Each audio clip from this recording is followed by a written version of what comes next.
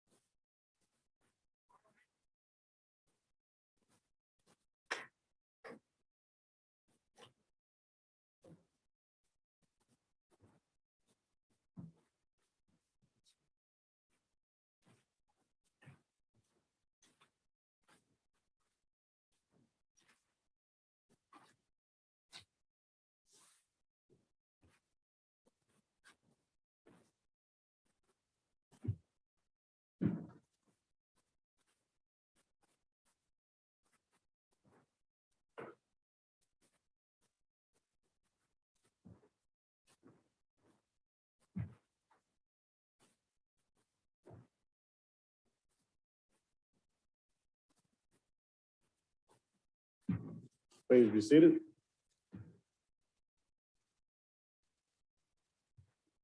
Good afternoon, ladies and gentlemen. Mr. Fedora, you may call your next witness. Thank you, Your Honor. People will call Detective Nicholas Jacobs.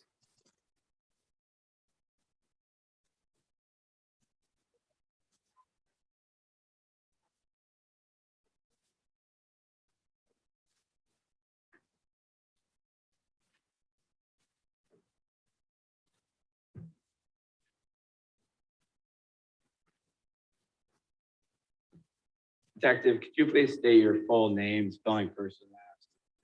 Nicholas Jacobs, Nicholas Jacobs. And how are you employed? I'm currently a sergeant with the Saginaw City Police Department And how long have you been with the Saginaw Police Department? since 1998. And as a sergeant, how long? I've been a sergeant for about a year and a half now. And then prior to that, you were a detective, correct? Correct. I performed that position for approximately 3 years. Now, in the case trial we're in right now, what was your position as far as investigating this case against Mr. Thompson?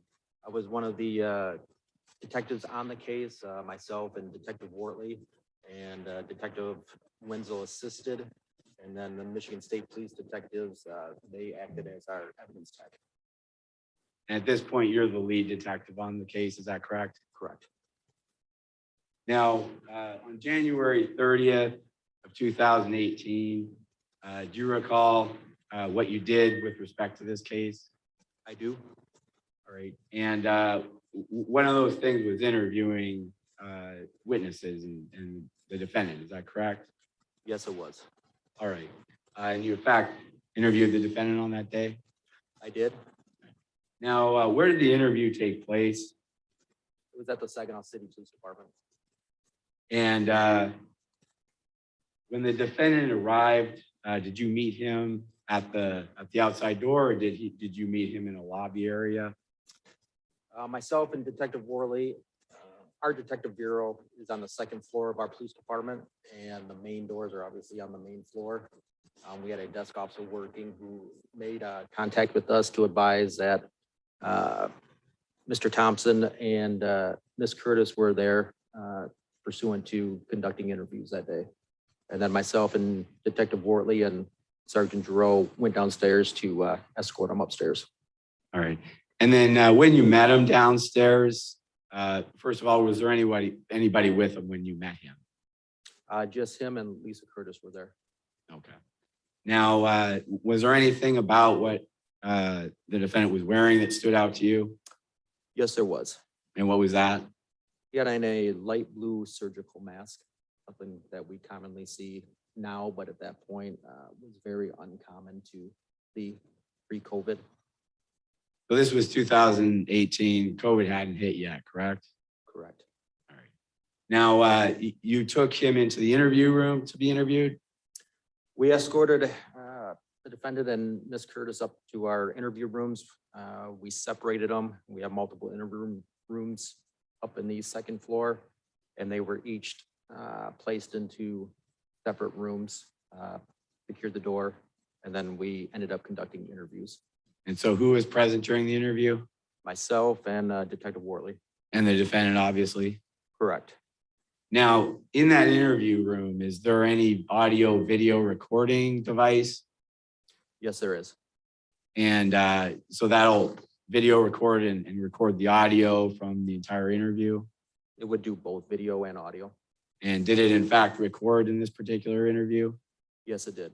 All right. And have you had an opportunity to view that footage since January 30th? I have. All right.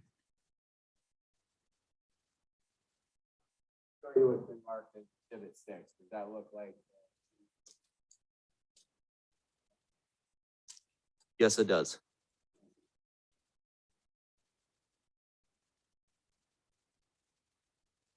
And Your Honor, at this time, I would ask the court if we could play that video. Mr. O'Farrell, any objection? No, Your Honor. That's fine. And for the record, I'll be playing. Are you moving to admit the exhibit, Mr. Fedora? I move to admit. Exhibit 6 will be admitted.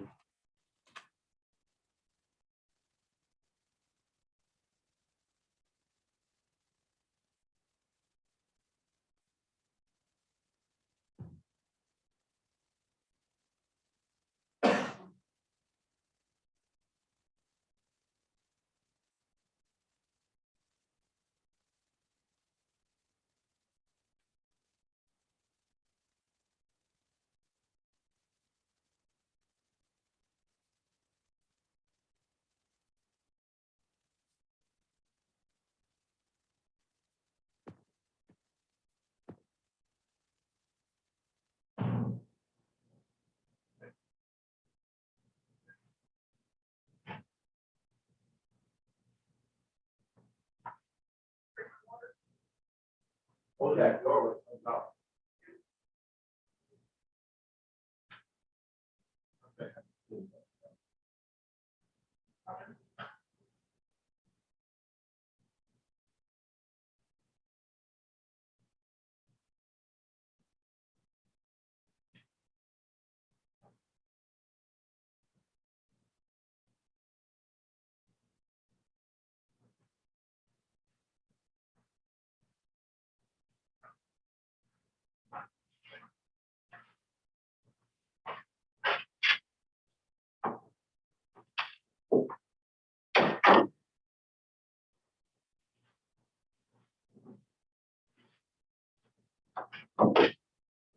And we'll add them out.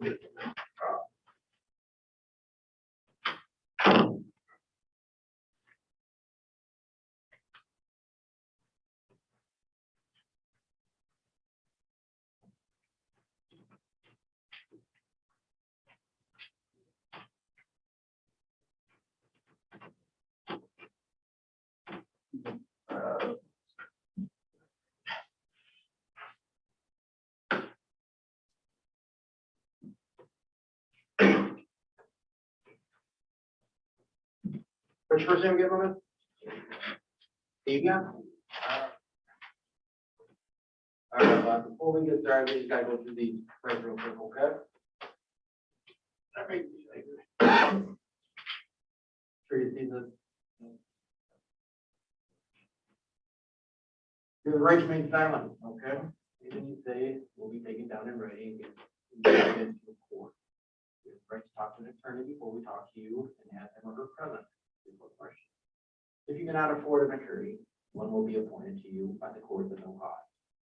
If you decide to answer any questions without the presence or advice of an attorney, you may stop at any time you wish and request an attorney before continuing. Says here, I have read, or I have read to me, which I just did right now, the statement of my rights shown above. I understand what my rights are. Everything that I just went over, you understand, correct? Do me a favor and give me a signature right there then. That just simply states that you understood what we talked about.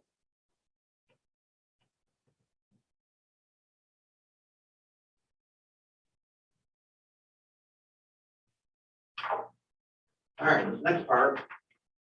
All one of these, all right?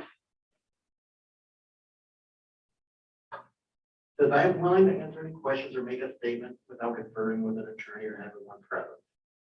No promises or threats have been made to me in regards to this statement. I do not want an attorney at this time. So basically by you coming down and, bringing yourself here, it shows that you want to talk to us, correct? Okay. I just need a signature right here from you. And that just says that you're willing to talk to us at this time, okay?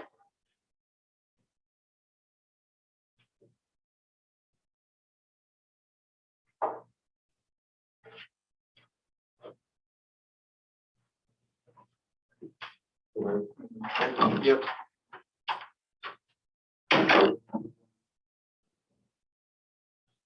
Tomorrow?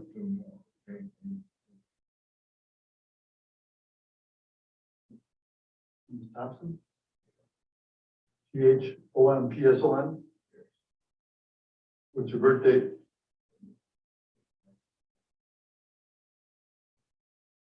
Where do you stay again?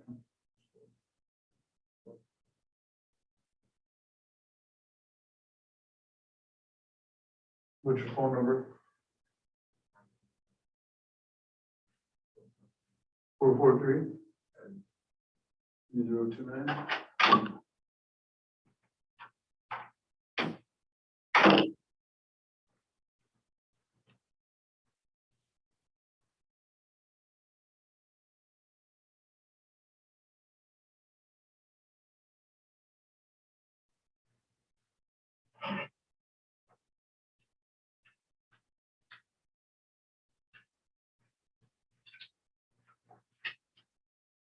All right, Dave, if you don't mind, I'm gonna hang back a little bit, okay? What you got going on right now? Mono? Okay. All right, yeah. That's kind of catchy, isn't it? Okay. How long have you had that now?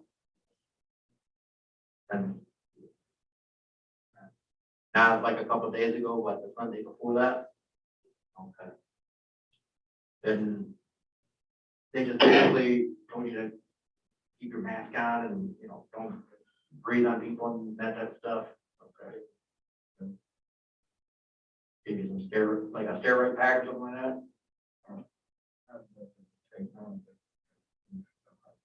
Was it like in shot form or was it like pills? I get gout every once in a while. I don't know if you know what that is. Like acid builds up in like your joints and stuff like that, and it's like really super painful. And that's what they give me, the steroids to knock it out also. So I was just kind of curious on how they gave it to you, because I've had both where they shoot me up in the joint, or sometimes I take it as a pill form. And then did they give you any scripts for that or anything like that to help out, or is there even any medication that you can take for that? Time to test run its course.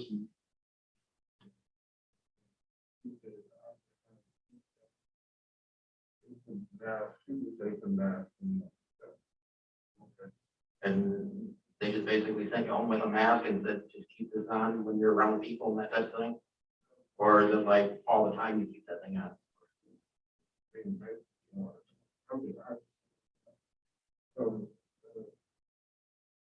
What's that?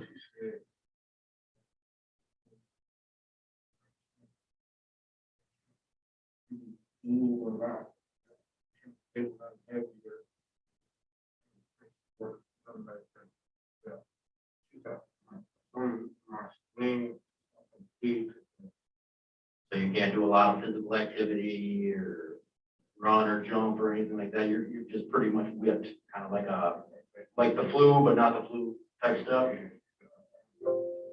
Right. No, I'm just saying something similar to that. That's weak feeling, that type of stuff. And you're just, I appreciate you keep that to yourself. I don't want to get it. I don't want my girl thinking that I'm doing something that I'm not doing, no way. No, that's okay. Ladies and gentlemen, I just want to let you know, that's the best volume you're gonna get on this. You turn up louder, you still want to hear the defendant clear because you have the mask on. So I want to let you know, not ignoring that you may not be able to hear it, but there's nothing I can do about it. I want to let you know that in advance.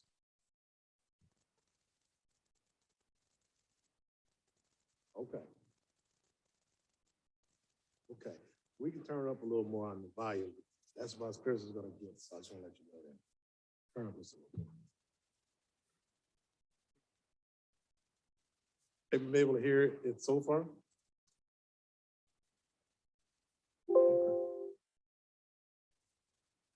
All right. I think mono is what, like a kissing disease, right? Is that kind of what they call it? That's what I was saying.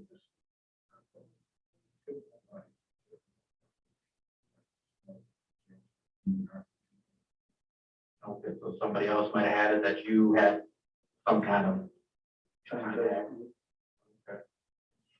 All right, well, like I said, you know, you can keep terms to yourself, I mean, I don't want them, I don't think my partner does either. Are you taking over the counter stuff for that then? It's like what, cold medicines or something, or? Tylenol, so.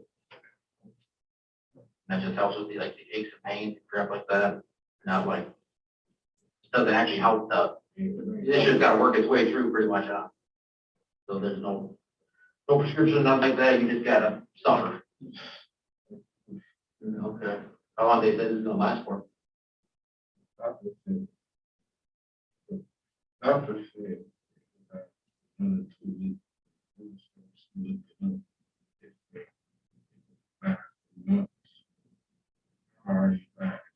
And you've already had it for, well, what's 9 days? 9, 10 days now?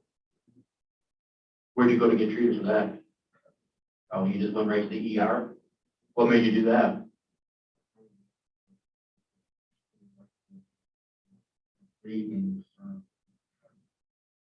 So We get asthma on top of it? and that was affecting so this was affecting you breathing and were you getting asthma attacks too on top of it?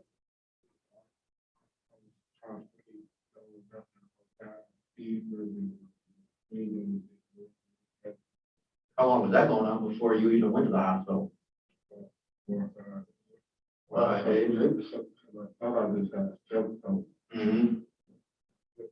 So you're a good 2 weeks into this total then, huh? You know, from the time before and then once you got diagnosed. And all they did was just give you one shot and then suck it up. It's just gonna work its way through, huh? Send you home with your mask and that's it, huh? That sucks. You go like Walgreens or Rite Aid or Kroger or something for that?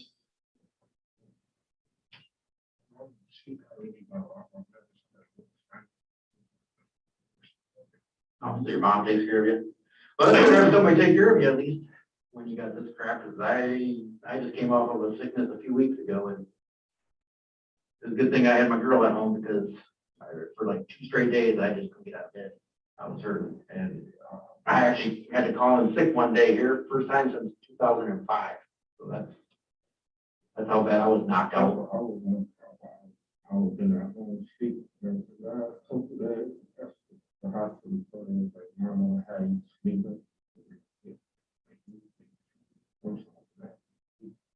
Weeks straight.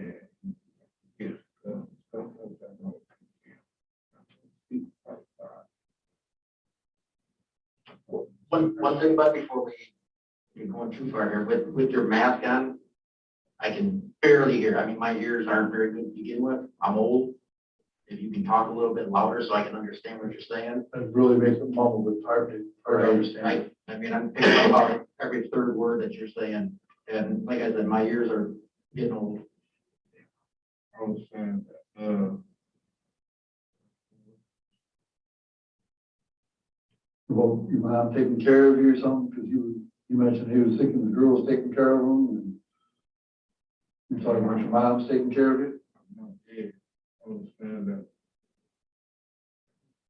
It was just basically saying like how they said, hospital says that how you sleep.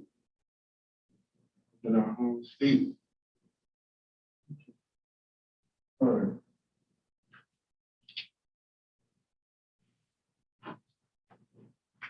Now, you know what's going on this past weekend? You hear about that? No, what's really, really. What have you heard so far about what happened this weekend?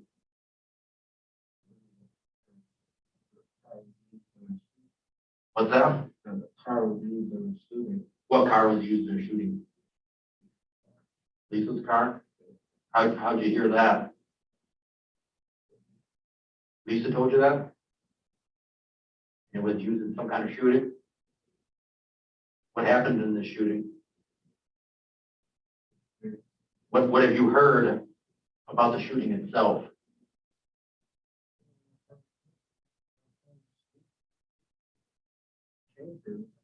You can't hear, you didn't hear it? Nobody's called you up and said, hey, this is going on or anything like that? Okay. But Lisa got a hold of you and said, hey, my car's been used in a shooting? Police and our car.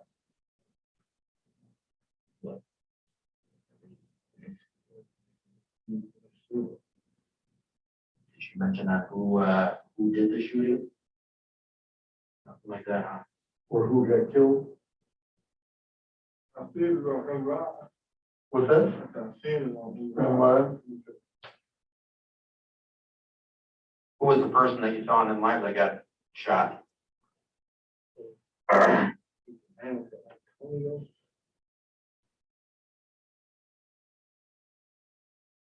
Did you know Antonio? You know Antonio?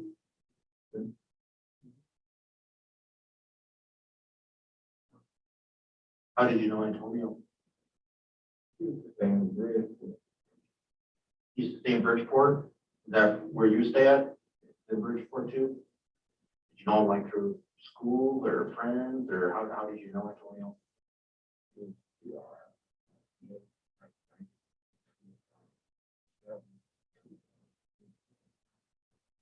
How old are you right now? You're how old? 20, so this is like back when you were a kid then, huh? Like 9, 10 years, 11 years old? You guys are neighbors? Remember? Hey, We're in the same neighborhood. guys hang out, we'll play together, that kind of stuff. You know, he was older than me, so like, he wasn't really hanging out. You guys were in the same age group? Yeah, when I see him. He was a little older? He was back up, I think. Right. No problems with him or nothing like that, just, he's just from the neighborhood, a little older than you. You just kind of knew who each other was, but never like really associated or anything like that. When was the last time that you saw him?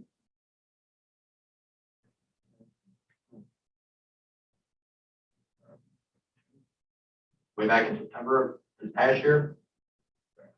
Last year? Where did you see him at? Which one? Court Street? You guys just happen to pass each other? You guys say anything to each other, anything like that? I mean, you guys are cordial. You know, like when you see each other, it's like, hey bud, what's going on, you know, type thing, you know, catch up for a minute. All right. Did you have other kids? Were you guys like Facebook friends and stuff like that? Instagram, all the, you know, all that other stuff, I don't know, Twitter, whatever. Just Facebook? Okay. Yeah, I don't do any of that stuff. I guess I'm too old for that now. You guys have each other's cell phone numbers or anything like that?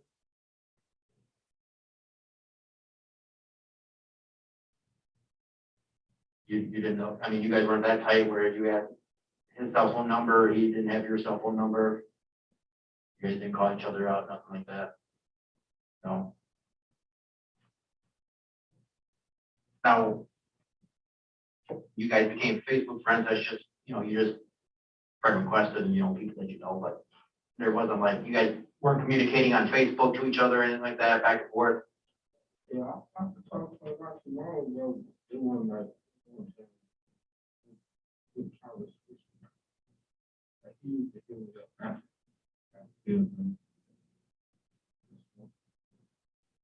So he asked you to smoke some weed.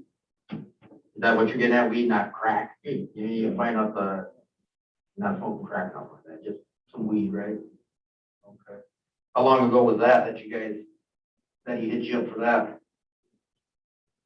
So, I think that's last time, actually, 2028.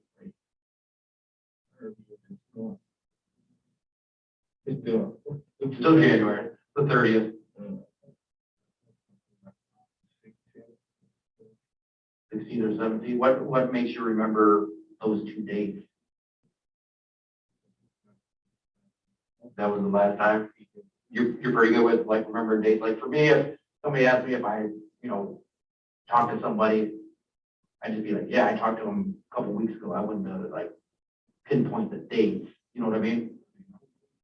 You're good with that. So it's like the 16, 17. Nothing out of those 2 dates makes you specifically remember that. It's just you're just good with that.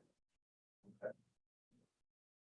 All right. And was it like during the daytime, afternoon, evening, if you remember?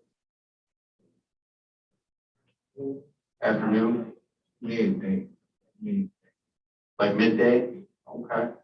And does he contact you or do you hit him up? He hit you up? What specifically did he say? You remember the date, but you can't remember what the conversation was? Say that again? Well, like, what's up, cuz? Okay. So he hit you up, what's up, cuz, and then you come back at him, what? Okay. You guys are just kind of small talking and, chit-chatting. And how does this weed thing come about? What does he say as far as that? Get a strong crowd.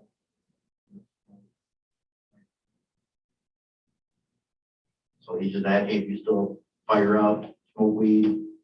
You guys like make a plan to smoke together or what? Why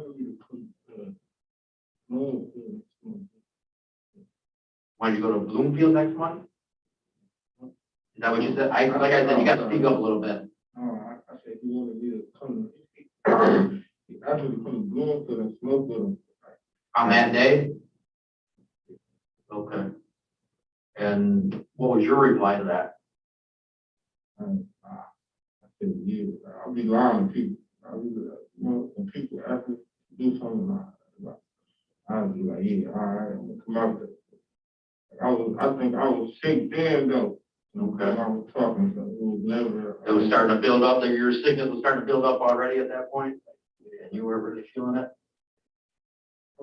Even if I wasn't sick, I'm probably still, I'm probably telling everybody, I'm just lying to people saying, all right. So basically, and at this, so he's expecting you, but you're like, you formulated the plan because you didn't want to like tell him no or nothing like that. You just lied to him saying that, yeah, I'll be out there, but you knew in your mind you weren't going to go out there, right? Right. Okay. All right. And that's kind of like your thing to avoid, having to, let's say hurt somebody's feelings or, avoid having to get into like a big old confrontation. Oh, come on out. Are you a puss or, whatever. You just, make shit up to lie to people in order to just not have to deal with, the issue at hand, right? Okay, fair enough. So he's expecting you don't show up. Does he hit you back up and say, hey, man, what's going on? Why aren't you out here? Never hit you up again? Just, you guys didn't have any contact after that? Not through Facebook, not texting, no calls, nothing. Why out of the blue, if you guys don't really hang out or anything like that, why out of the blue did he just hit you up to go smoke some weed if you hadn't seen him since last September? You don't know? Did you find it kind of strange or odd or anything like that? What's that? said, no people are, if you hit me up on the A lot of people hit you up out of the blue? And just, you just figured he just wanted to chill out and smoke some weed with you? But you lied and said, yeah, I'll be there, but never showed up and you never heard from him again? Is that correct? Okay. Great. That was about the 16th or 17th, somewhere in there.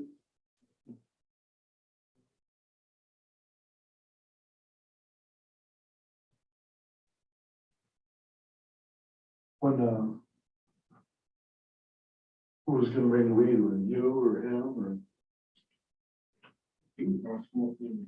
he was gonna share it with you? Good, good. That's fine.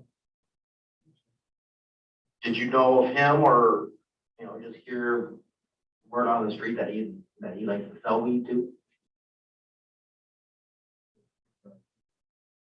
Did you know personal knowledge or hear like from, people around in the streets, whatnot, that he sells weed? You don't know one way or the other? But you never knew him to sell nothing like that? Just hit him up or he hit you up out of the blue and let's fire up some weed, huh? You were gonna meet him down in Bloomfield? You were gonna meet him down in Bloomfield? That's what he wanted me. Yeah, okay. Did you say where? Did you know where you were going or where were you gonna meet him up at? Down there, because that's, big neighborhood. You never had a meeting place? You just said, come down to Bloomfield, how were you supposed to find him? That's what I said, I really stopped talking. What's that? I said, that's why I said, I really did, like, stop talking to him, because I was gonna even know how the conversation ended. Do you still live in the same house you did as a kid? Back in the neighborhood there? No? Okay. Curious.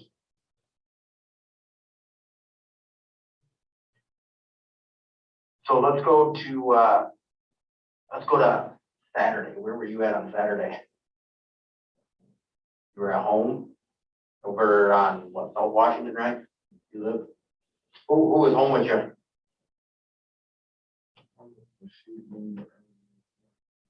Get off work early in the morning. Second job. Yeah. So your mom was at home, you said Saturday morning, but she left for work? Get off work Saturday morning and look for second job again. So she would have been working Friday night into Saturday morning? And then she comes home for a little bit and then she goes to another job? Oh, she works hard, huh? Where does she work at nighttime? What does she do out there? What's that? CNA? Is like in a private home or like at a nursing home or what?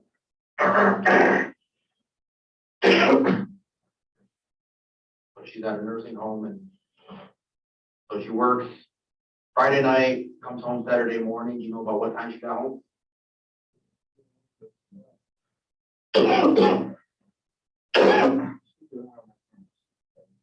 6:30 in the morning. Now does she come home, get a couple of Z's, and then gets up and goes to her other job? What time she leave the house?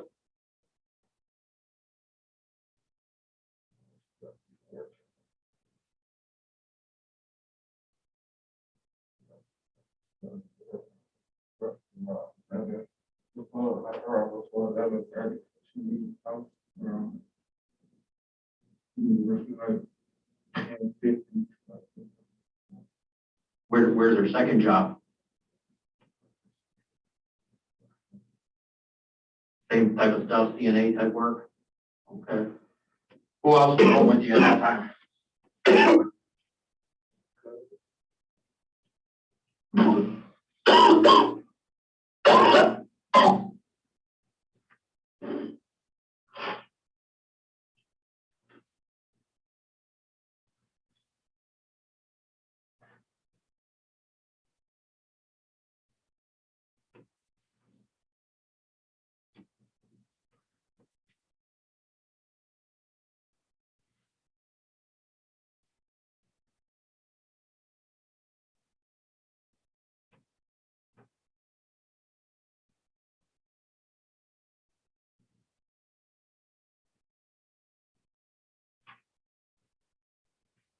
So your mom was gone at the house about 11 o'clock or so, right? Saturday morning? And then you said your cousin's still there? What's his name? What is it? Garland? What's his last name? Garland Davis? How old is he? Does he live with you? So he stays there? Anybody else there? Just you two? Was he sleeping? Was he up? What was he doing after your mom slept? You guys were both sleeping when your mom left? What time did you get up that day, if you remember? You have to speak up. I think I woke up like 1:30, 1:45? What makes you remember that you got up at that time on that specific day?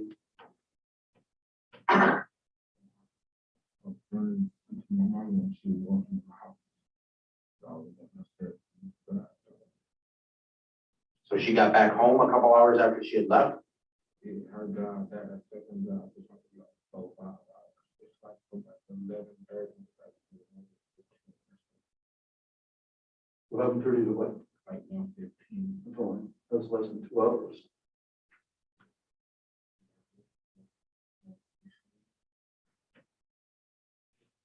Okay.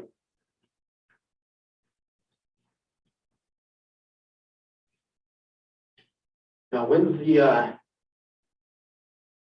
the last time that you drove Lisa's Charger? Um, On what day? Monday. Monday, like, not yesterday, obviously, because we have it now, but the Monday before that. Why did you have her vehicle? She was What's that? Which Jimmy John's was that? Out on Bay Road, like down by the mall, in that little plaza? Where the Secretary of State's at, right?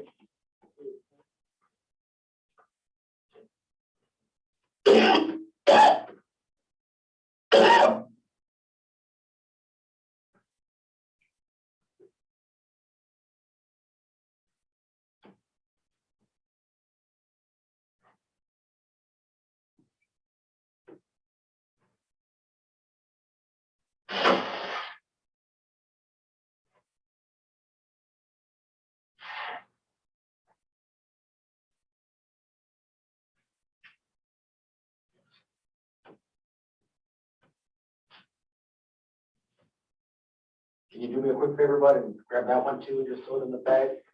Thank you.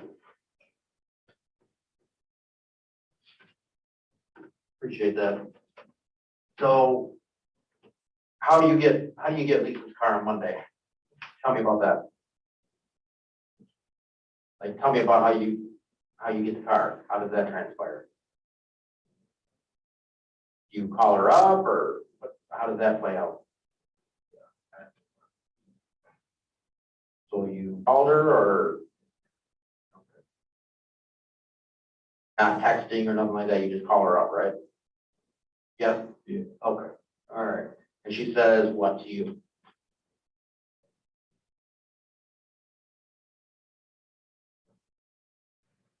A little louder, please. I should have tried to sleep over.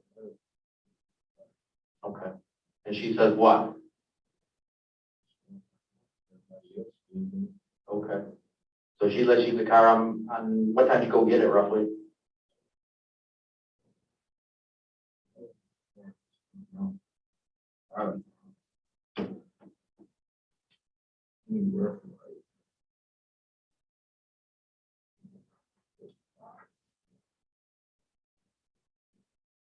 9:45. Anywhere from 9:45 to 10 o'clock. Okay. So how do you get over to her house? How do you get there? South side. What's that? I was on the south side. I still can't hear you. I said the car. Car was on the south side. Where was that at specifically?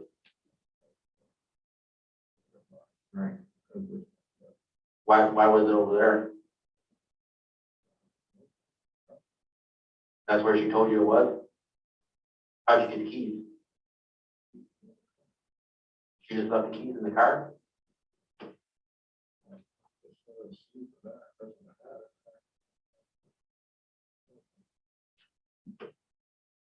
Who would have had the car at that point? Was it parked in a driveway?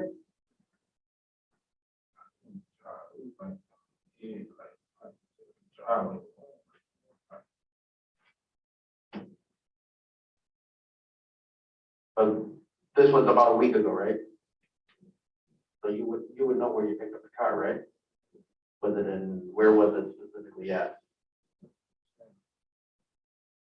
Parking lot. It was in a parking lot. And the keys were left in it? And then, did she tell you that the keys were gonna be left in it? Or did you just know this? So I really just went and looked. How did you get down there? How'd you get there? What's that? Who was that? What's your homeboy's name?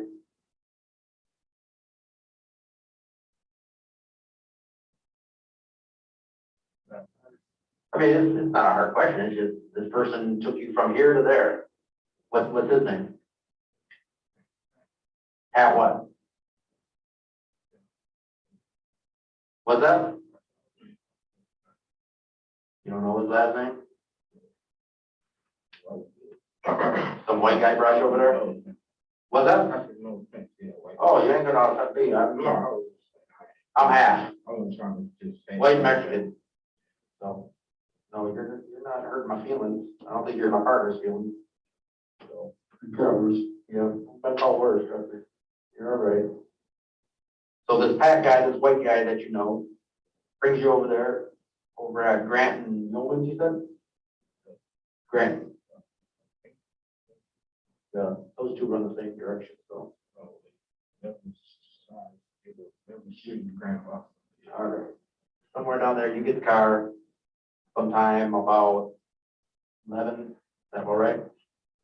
10:30, 11 o'clock, in that range? Okay. You grab the car and then what time are these open interviews at? What time did you get there? I ain't get that till like 1. One? You sat down, did you have to fill out paperwork and all that stuff?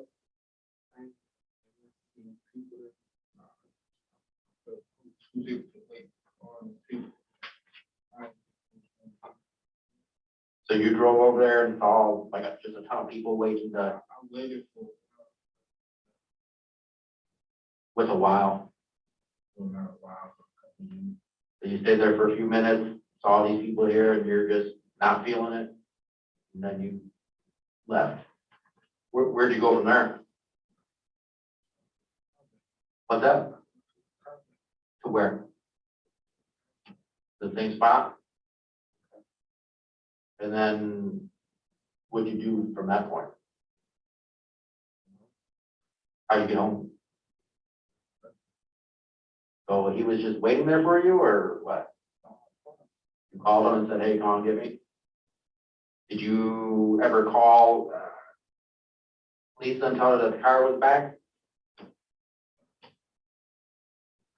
So you rang her up and said, hey, I dropped the car back off, I don't need it anymore, and you just left it in the same spot? Would you call her and tell her that? And you would have got home about what time, do you think, roughly?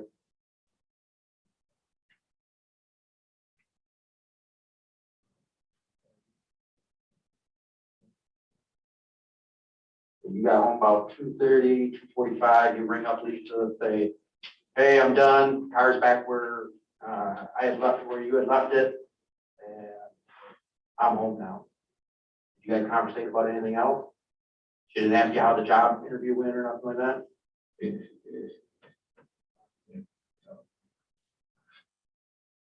really do it.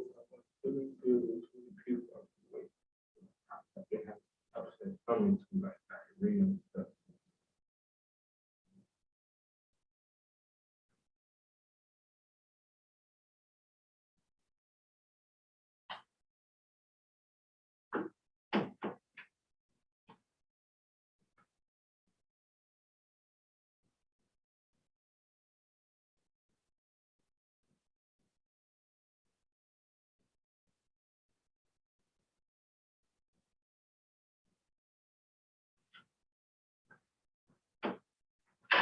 when you left the hospital, you know, the covenant, like the day before that you went for that interview? Somewhere in there? Thursday? Oh, I thought you said Sunday. All right. Do they give you a whole supply of masks or anything like that, or? Couple? That's like the way that all kind of hard to read through? Is that hard to read through? No, it's good.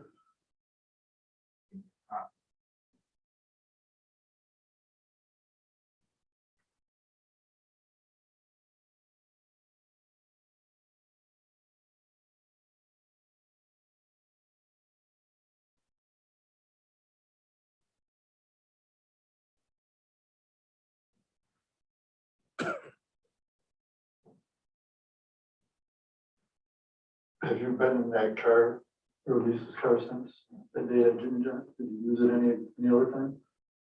No? So just that one day? You own any firearms? Are you allowed to own any firearms? Why not? What's that? I don't know, that's why I'm asking. You shook your head, you shook your head. So you can go out and buy a gun if you wanted. Why not?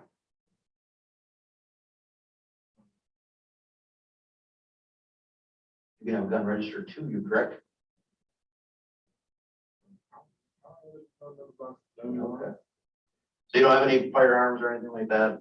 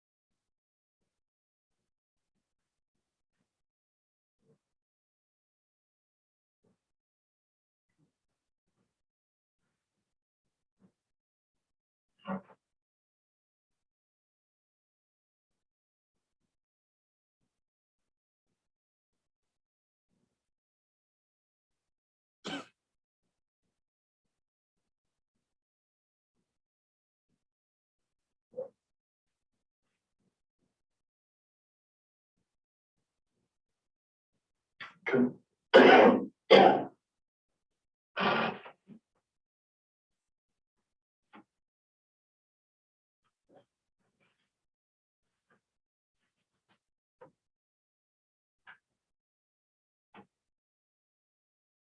Okay, Tubbs, we got a few things that we gotta clear up here, but we're getting some conflicting information that you're giving us.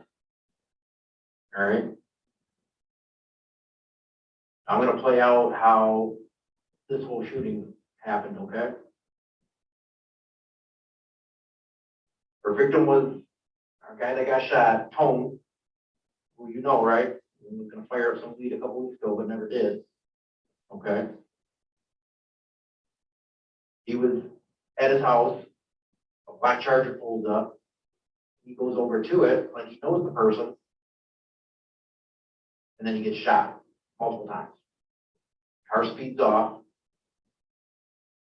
turns onto Porter Street, okay, and then goes zipping down towards Gratiot. All right, you know that area, like Porter, Bond, Lion, all that area.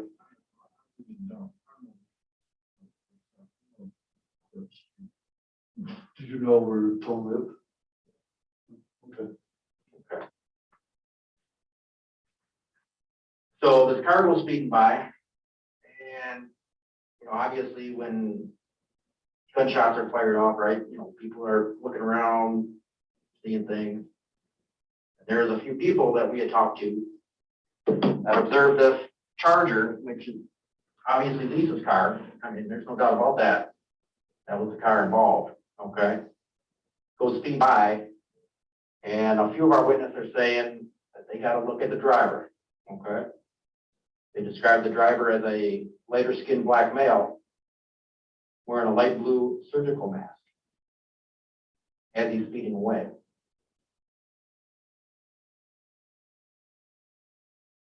That describes you, right? You've been wearing that mask for 10 days now, right? And that describes you as the driver, okay? You see what I'm getting at? Okay. Our evidence is so rock solid, it puts you as the driver of that vehicle. That's not even a question anymore, okay? So we're gonna cut all this BS stuff out that you're trying to feed us, okay? You were the driver of the vehicle. Now here's the problem that we have. We don't know why. Are you being threatened? Are you fearful that somebody was gonna take you out? Because I'll tell you what, this is what we know. Tone, there's a good chance that he was the suspect of Brandon's homicide. And we also know further that you knew this. And we also know that you knew where he lived. And we also know, no doubt, 100%, that you've had this charger all week long. You just didn't go and put it back like you claimed you did. These are undisputable facts. We know this 100%. So now the only question is, why? Are you some kind of piece of shit monster that just likes to go shoot people for no reason?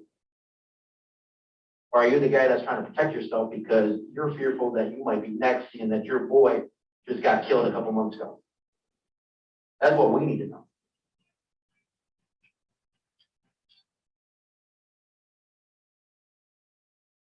This is your opportunity. All this BS that you're trying to throw at us, this is undisputed, but we already know all this. So now here's the question, why?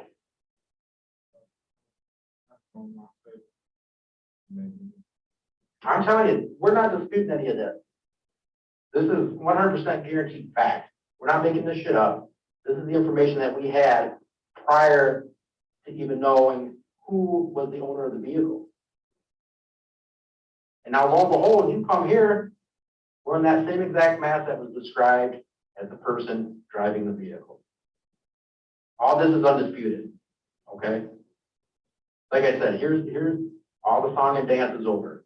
All the little BS is over. The question is why? Is this just because you wanted to get revenge for Brandon's death? Because we know you knew. We know you've had this car. That Tone was the one that most likely killed Brandon. That was the word on the street. Hang on. We know this. We know that you also had that car. We know you were the one that was driving it away after the shooting. All undisputed. There are multiple cameras. There are multiple witnesses. That kind of stuff. We have shell casings that were at the scene, we have shell casings that were in the car. DNA, fingerprints. There's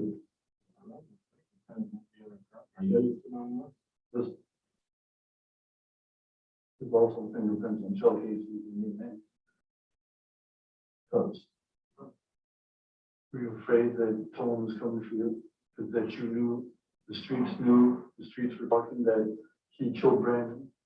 Were you fearful that you knew that Tone killed him, that you thought he might come after you because you and Brandon were tight? Were you fearful that him or somebody else might come after you? Fearful for your life. Fearful that you might get shot next. You were boys of Brandon. You were tight. Because we know that you know that Tone killed Brandon. We know this. We have talked to people. We know this information. We have phone records. We have people telling us that you knew, and you said this. We're not just making this stuff up. We just didn't pull you out of the entire world. This is you, bud. The only question is why. What's making no sense is why you're lying this. You're going to be portrayed as a monster who killed somebody in cold blood, or are you fearful for your life that this guy had you on his radar next and he was going to kill you? And I think that's why you didn't go fire up with them that couple weeks ago in Bluefield, because you knew you knew what time it was. It was setup time. He wanted to get you out there and he was gonna bust you. That way you didn't go?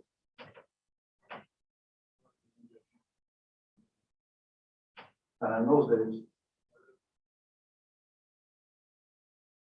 So the evidence so overwhelming.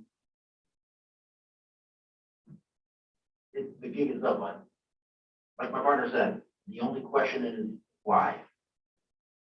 Was it because you're a piece of shit, or because you're trying to protect yourself before somebody else deals with you?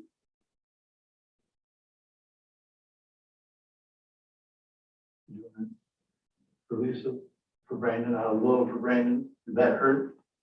No, I don't think so. I think you're afraid that you were next. You saw your opportunity, you took it. You knew. It's self-preservation. We're all, humans have DNA, it's in our DNA to survive.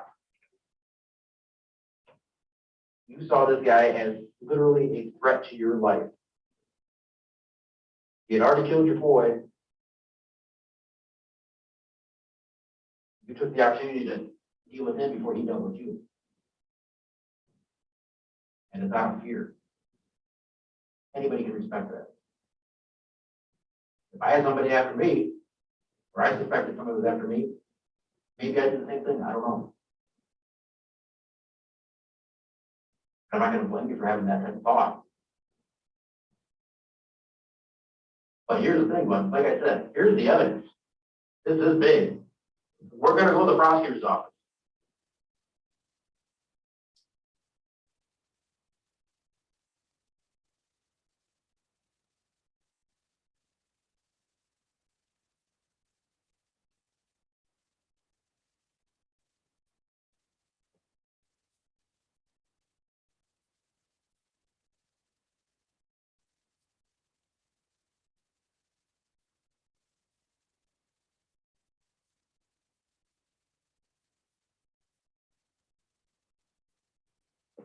So Sergeant, you saw,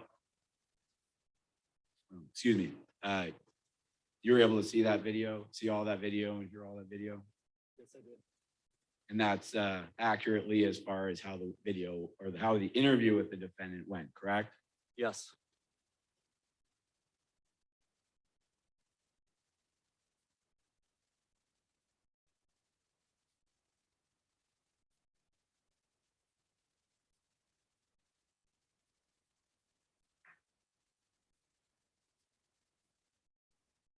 All right, now at one point, well, first of all, you were present when Sergeant Wenger testified earlier yesterday, correct? Yes. All right. And there was a cell phone that he talked about that was in the victim's hand while Sergeant Wenger was treating him. Do you recall that? Yes, I do. And were you able to take that cell phone into evidence, or what was that cell phone brought into evidence? Yes, it was. Okay. And then what was there anything that you did as far as any investigation into that cell phone? I had it transported down to MSP Bridgeport Crime Lab to get be analyzed. And so that's some kind of a request you put in with the cell phone, and then it goes off to that division of the MSP. Correct. They'll do a download of the information inside the cell phone. All right. And did you receive confirmation that the data from the cell phone was downloaded? I did. And how did you receive that confirmation? I believe one of the techs down there had called or emailed something to that effect, saying that it was ready for pickup. And did you go then and pick up the cell phone? I did. All right. And then with that, was there the downloaded material? I received the phone back along with a CD.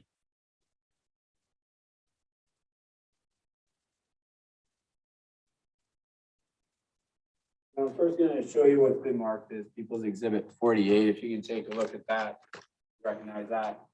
I do. What is it? It is a one black LG LS 740 cell phone. And is that the one that was sent to the MSP? Yes, it was. So you received that cell phone back, and I'll show you what's marked as people's exhibit 3. I do. What is it? It's a CD cell phone download. It has my case number on it, which is 18-476, name of Antonio Parham, and it also has my initials on the CD itself. And were you able to then look into the data that's on that CD? Yes, And you reviewed it, were you able to get information out? Phone number associated with that, yes. but phone number. It's 989-714-5011. You were present when Long testified, correct? Yes, Is that the same number that Ms. Long gave? yes. People would offer the evidence with marked as people who put it through. Exhibit 3 has already been admitted. Nice. And people would move, or offering the evidence with marked as through. Exhibit 48 will be admitted.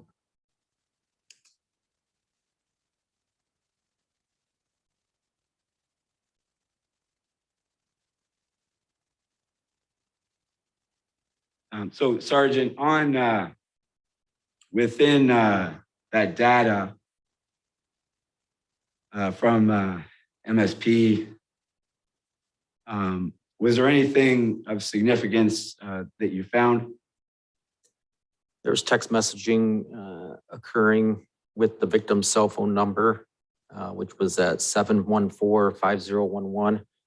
And it was texting another cell phone number that we associated to the defendant in this case, which is 989-475-4365.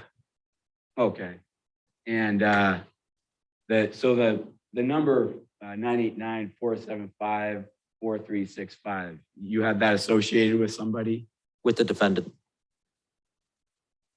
And just for the record, again, you interviewed Davion Thompson. You're able to recognize him today, Yes, I am. and you see him in the courtroom. I do. And if you can just identify where he is and an item of his clothing. Seated next to his attorney, wearing a gray shirt and a gray sweater vest with a blue and black tie. Let the record reflect that Sergeant Jacobs identified the defendant. Shall reflect. Now, I put in front of you what's been marked as People's Exhibit 38 for identification. Do you see that? I do. And what is that? It's a printout of all the text messaging that occurred. Looks like starting on the 21st and going all the way through the 27th, which would have been of January of 2018.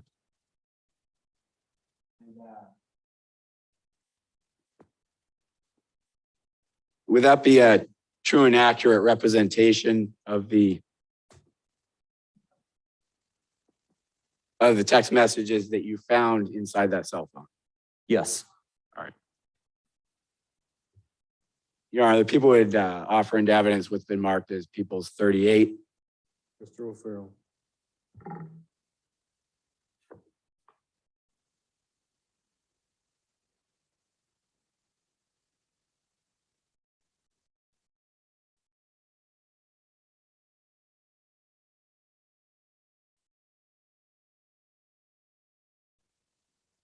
Exhibit 38 will be admitted.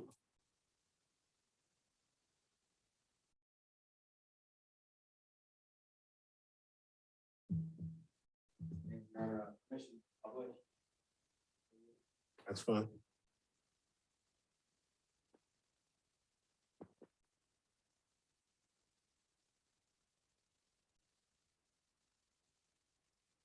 All right, now, the messages that you received, and we're showing them on the monitor here. They're so they're numbered, they have numbers on the left margin, correct? Yes, All right. And they're actually numbered, so the lowest number is actually the latest chronologically text message sent. Is that correct? correct. Okay. So I'm just going to show you the first page of 38, and that's actually that would technically be a later page as far as the text messages that you downloaded, just because how they're numbered. Is that correct? Yes. All right. This first page starts with 309, ends in 328. If you can, I could just have a minute.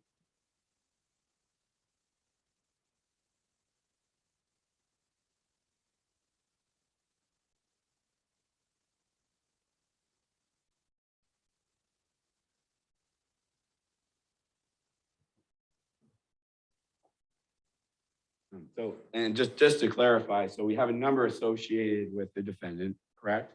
Yes, And then all these messages are off of the victim, in this case, Antonio Parham's phone, correct? yes, it is. Okay. So all the text messages that are associated with the defendant's phone, if you could read those. So starting from the earliest one sent. That's going to be on January 21st, 2018 at 11:06 and 46 seconds in the AM. That was sent from the number associated with the defendant to the victim's cell phone. And the message reads, "Dis me, cuz." All right. And the next one, Next one, same date, 11:07 and 37 seconds in the AM. It's being sent to the phone associated with the defendant from the victim's phone. And it says IGHT, which is IT. okay. And then the next one, Same date, 11:08, 48 seconds in the AM. This one's being sent to the phone associated with the defendant. And the message reads, "You trying to slide through." all right. And then the next one, Same date, 11:09 and 9 seconds in the AM. This one's being sent from the defendant's phone that we associate to him, to our victim.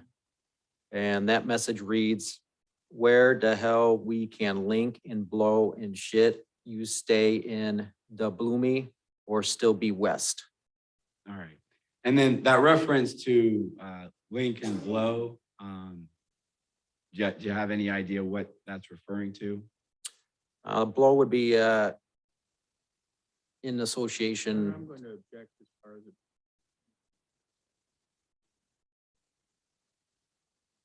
communications are, and then Your response, Mr. Fedora?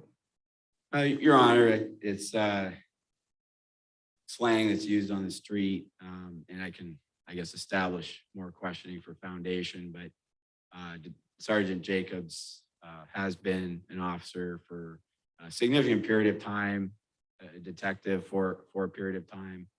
So he's had experience dealing with this kind of, I guess, slang. So he would be able to interpret it so that it's helpful to the jury. I'll overrule the objection in conjunction with the statement that the defendant gave police that he and the victim were going to get there and smoke marijuana. So I'll overrule the objection. Proceed. Thank you, Your Honor. Sergeant, so Lincoln Blow, how would you interpret that? Smoking marijuana. And then the reference to Bloomy, how would you interpret that? That would be a street description to the neighborhood of Bloomfield, which is within the city of Saginaw. Okay, and then West? West would be just the west side of the city. Anything west of the river would be considered the west side. All right. And then if you could proceed to the next message, that would be 319. This one is being sent to the phone we associate to the defendant. Same date, the time, Time is gonna be 11:09 and 58 seconds in the AM. The message reads, shit, you can come over here if you want, if you won't, but I still live on the west DOE, DOE. All right, and then the next message, Same date, time, 11:10 and 34 hours in the AM. This one's being sent to the phone that we associate to our suspect, the defendant. And that message reads, it's just me and both my sisters, we already been blowing. and then again, blowing would be referring to what? Smoking marijuana. Okay. And then the next message, Same date, time is 11:12 and 17 seconds in the AM. It's being sent to the phone we associate the defendant to. And that message reads, I'ma hit you in a sec. Let me get ready and shit. If not, we a link on West, cuz. What part of the West you be on? Well, stay on. and again, that's a message from the defendant. That's from the defendant's phone, yes, that we associate to him. And then the next message, Same date, 11:13 and 49 seconds in the AM. This one's being sent to the phone that is associated to the defendant. That message reads, I cool, and I stay on South Bond right by Cass Park. and so that would be a message that Mr. Parham would be sending. Correct. And then the next message, Same date, 11:14:29 in the AM. This one's being sent from the phone we associate to the defendant. And that message reads, okay, we go link cuz I'ma hit you in a min. and then the next message, It's being sent, well, same date, time is gonna be 11:15 and 34 seconds in the AM. It's being sent to the phone that we associate to the defendant. And that message reads, for show, FASHOO.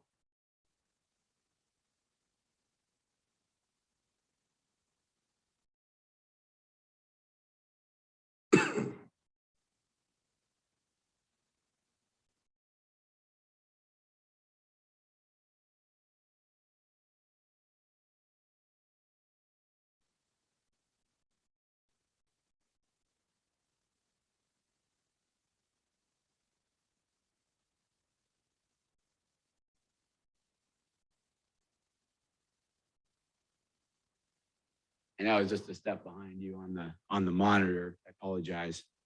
So that last message was to the phone associated with the defendant. That one is to the phone, yes. All right. And then the next message, Next message, same date, 2:46 and 27 seconds in the PM, so approximately 3.5 hours later. This message is being sent from the phone that is associated with the defendant to the victim's phone. And that reads WYA, which is typical texting, where you at? And then the next one is cuz, CUZ. and then the next message, Same date, time is 3:28 and 23 seconds in the PM. So it is being sent to the phone that is associated to the defendant. And the message reads, still in Bloomfield. and then the next message, Same date, time is 3:29 and 35 seconds in the PM. It's being sent to the phone that is associated with the defendant. And that message reads, finna get out in a sec. I'ma call you, we can blow. and the next message. Next message, same date. Time is 3:30 and 5 seconds in the PM. And it's being sent to the phone that is associated to the defendant. And that is IGHTT. All right. And then those are all the messages that were sent between the phones on January 21st, correct? Correct. And then is there anything in your investigation where you compared these messages from January 21st to the defendant's interview? Yes, there's a couple of things that I took away from there. And what were those? First off, the usage of the word, cause the way they go back and forth, talking to each other. He made reference that he had, when he had contact with them, referred to him as cuz also. But furthermore, what I took as even more important was, if you recall in the interview, he had made reference that there was Facebook Messenger contact with the victim somewhere on the 16th or 17th in regards to meeting up with him in Bloomfield to smoke marijuana. The defendant also claimed that he did not have the victim's cell phone number. This was just all occurring through Facebook Messenger. As we go through these messages here, it clearly shows that it's the same exact conversation that's going on, but it's through cell phone text, which contradicts the defendant's statement to us during the interview that he did not have the victim's cell phone. Furthermore, if you recall in the interview, he had made reference that the time of the texting was about midday, which these are starting 11 in the morning and go until 3:30 in the afternoon, which would cover midday.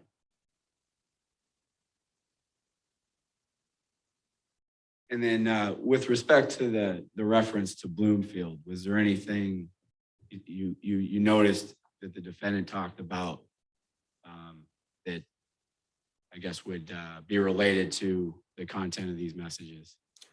In both in the interview and then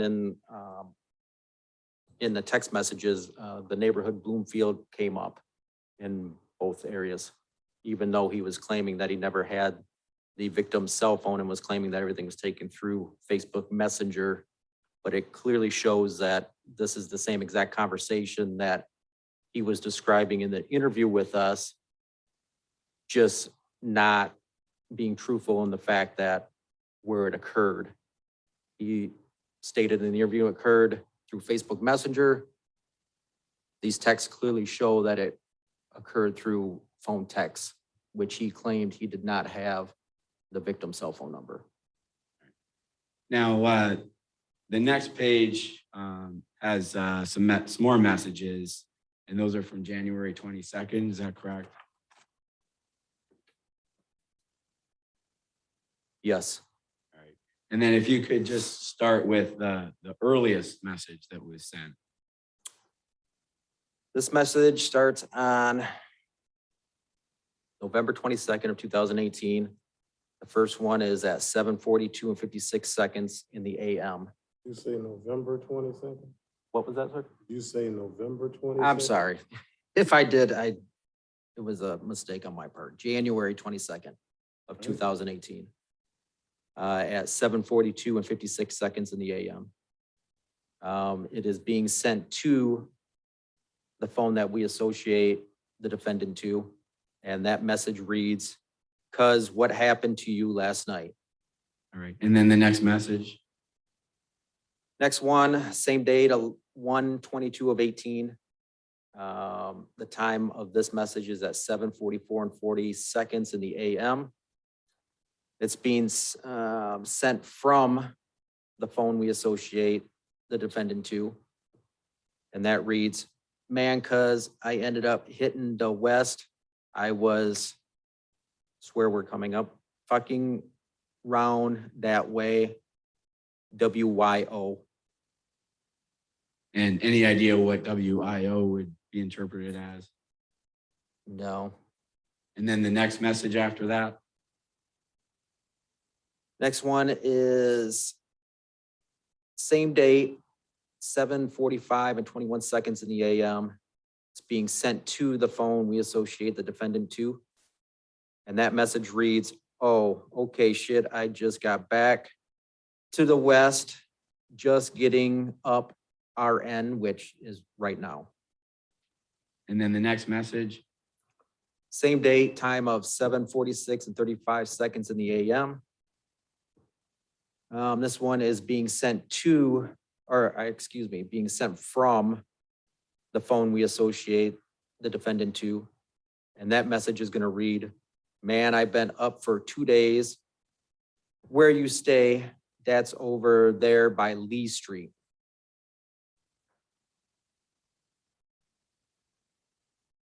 And then the next message. It's being sent from the phone we associate the defendant to. Same date at 7:46 and 37 seconds in the AM. And that one reads, ain't it? And the next message. Next one, same date, time of 7:47 and 18 seconds in the AM. It's being sent to the phone we associate the defendant to. And that one reads, S Bond right by Mackinac. The S would stand for South. All right. And then the next message after that. Next one, same date, 7:48 and 3 seconds in the AM. That one's being sent from the phone we associate the defendant to. And that message reads, oh, okay, I'm fitting, try to get in these wheels, we can blow. And the next message. Same date, 7:48 and 57 seconds in the AM.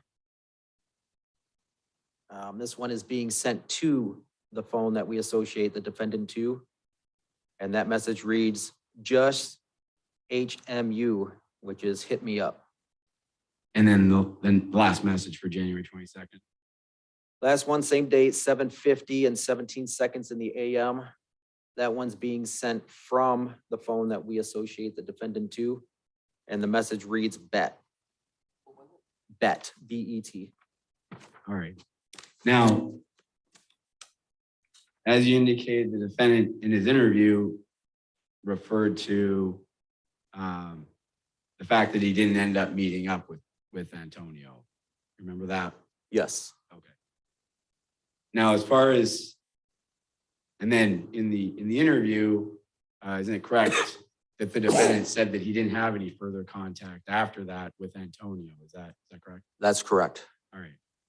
Now, this message you have on January 22nd, would that conflict with the defendant's statement that he didn't have any more contact with Antonio? Yes, it would. And how's that? There's clearly contact the following day. All right. And just reference that first message that's sent, number 287. Now, how can you connect that with the messages on January 21st?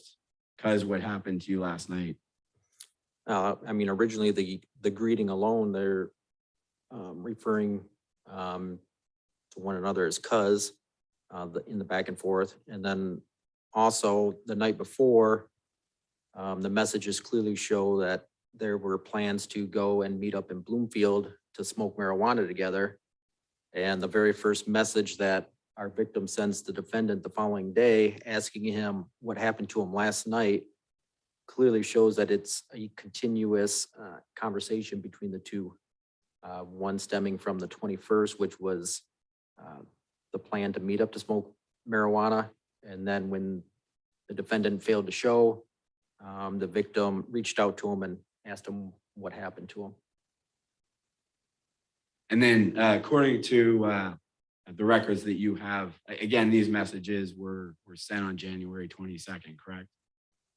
This last set that I read was January 22nd. All right.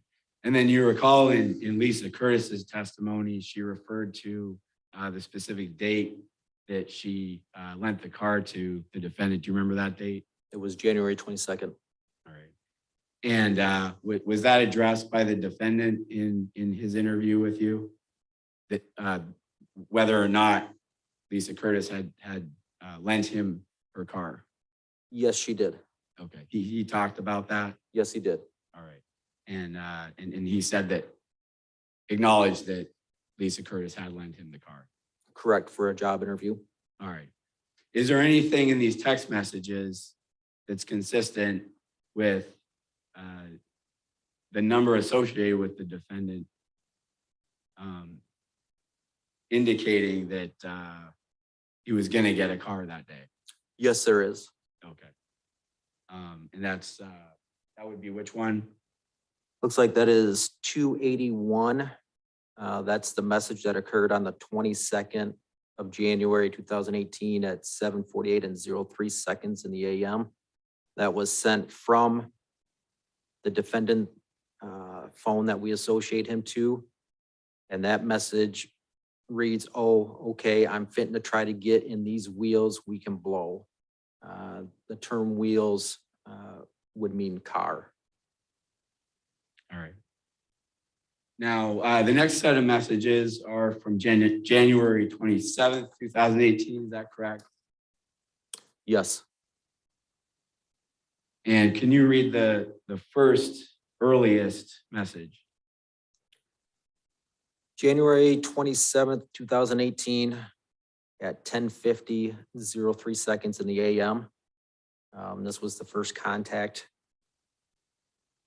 This message was being sent to the phone that we associate the defendant to. And the first message reads, "What's up, little cuz?" And the next message? Next one, same date, time is 10:53 and 17 seconds in the AM. This one's being sent to the phone that we associate to the defendant. And that message reads, "Man, shit, just woke up. What's up, cousin?" And the next message? Same date, time of 10:55 and 0 seconds in the AM, being sent to the phone that we associate to the defendant. Same sheet, seeing what you on for today. And the next message? Same date, 10:57 and 04 seconds in the AM. It's being sent from the phone that we associate the defendant to. And that message reads, "Man, I can't call it because fit and grab some Rellos, get high, try to catch." And any idea what relos would be interpreted as? Rellos would be something that is used for the smoking of marijuana. Basically, it's like a little cigar. People will cut the wrapper open, remove some of the tobacco, add marijuana to it, and then seal it back up. And then they will smoke it as a way to hide the fact that they're smoking marijuana because it looks like just a regular cigar. And get high would be consistent with smoking marijuana to get high. That's correct. And what's the next message? Next one, same date. 10:57 and 06 in the AM. This one's being sent from the phone associated to the defendant. Message reads, "Some funds, what you got up." And the next message? Next one, same date, time, 10:57 and 56 AM. This one's being sent to the phone that we associate the defendant to. That message reads, okay, man, same shit. I already got some swishers, just need some gas." And so swishers, what would you interpret that to be? Same idea as the Rellos, just a different brand. So, smaller cigar, same type of thing, remove some of the tobacco, add marijuana to it, acts as a disguise. And how about gas? Gas is a street term that could be used for marijuana. And the next message? Excuse me, Mr. Fedoruk, what he's reading is not what's on the monitor. I don't know if you're not clicking it forward as he's going through them or. And I may have fallen behind.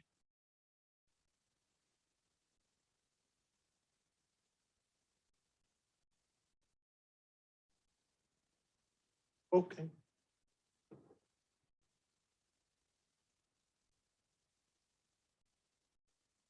So I believe we're at 48. Is that correct? The next one? Yeah, 48's the next one. Okay, go ahead. Same date, 10:58 and 25 seconds in the AM. This one's being sent from the phone we associate the defendant to. That message reads, I got some little strong ass 10 AG. And what would that be referring to? Strong ass would be the marijuana and the 10 AG would be $10 a gram, which would be a value and a weight of the marijuana. And the next message. Next one, same date. This is at 11 AM and 22 seconds. It's being sent to the phone that we associate the defendant to. That message reads, okay, shit, I gotta catch some plays. I woke up with $6 to my name, FR, And what number is that? 44. Okay, the monitor didn't show. Read it. Okay. Okay. I haven't been staying on the ball, so. Thanks. And then what's the next message, Sergeant? Next message, same date, 11:01 and 16 seconds in the AM.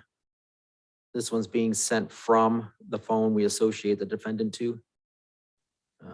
That message reads, okay, just LMK, which is let me know, cuz I'll slide blow, match it, don't matter, I'm in wheels. All right. And anything in this, so again, we're talking about a message that was sent on January 27th. Anything in that message that you can connect or say is similar to the messages that we saw on either January 22nd or January 21st? Once again, the word cuz being associated back and forth to each other. And what's even more important with this message is the fact that he mentions that he's in wheels. And that was similar to an earlier message on January 21st. Correct, Sorry, I apologize, January 22nd. correct, yes. And what's the next message after that? 41. Same date, time's gonna be 11:01 and 18 seconds in the AM. This one is sent from the phone we associate the defendant to, and that message reads all day. And the next message. Next message, same date, 11:02 and 6 seconds in the AM. This one is being sent to the phone that we associate the defendant to. And that message reads, well, pull up, I'll throw something on a blunt or whatever, cuz. And the next message. Same date, time 11:02 and 32 seconds in the AM. This one's being sent from the phone we associate the defendant to. And that message reads, okay, WYA, which is where you at? I'm fitting, leave the spot in like 10. And the next message. Same date, time of 11:02 and 59 seconds in the AM. That one's being sent to the phone that is associated to the defendant. And that message reads, S-Bond, right now, Mackinac. And once again, the S stands for South. And then after that, the next message on the next page. Same date, 11:03 and 33 seconds in the AM. It's being sent from the phone that we associate the defendant to. And that message reads S-Bond N Mackinac question mark. And the next message after that. Same date, 11:03 and 48 seconds in the AM. It's being sent to the phone that is associated to the defendant. And that message reads, yup. And the next message, 34. Same date, 11:05 and 45 seconds in the AM. That one's being sent from the phone associated with the defendant. That message reads, okay, what's the address, cuz I know the west like that, LOL, only know Maine.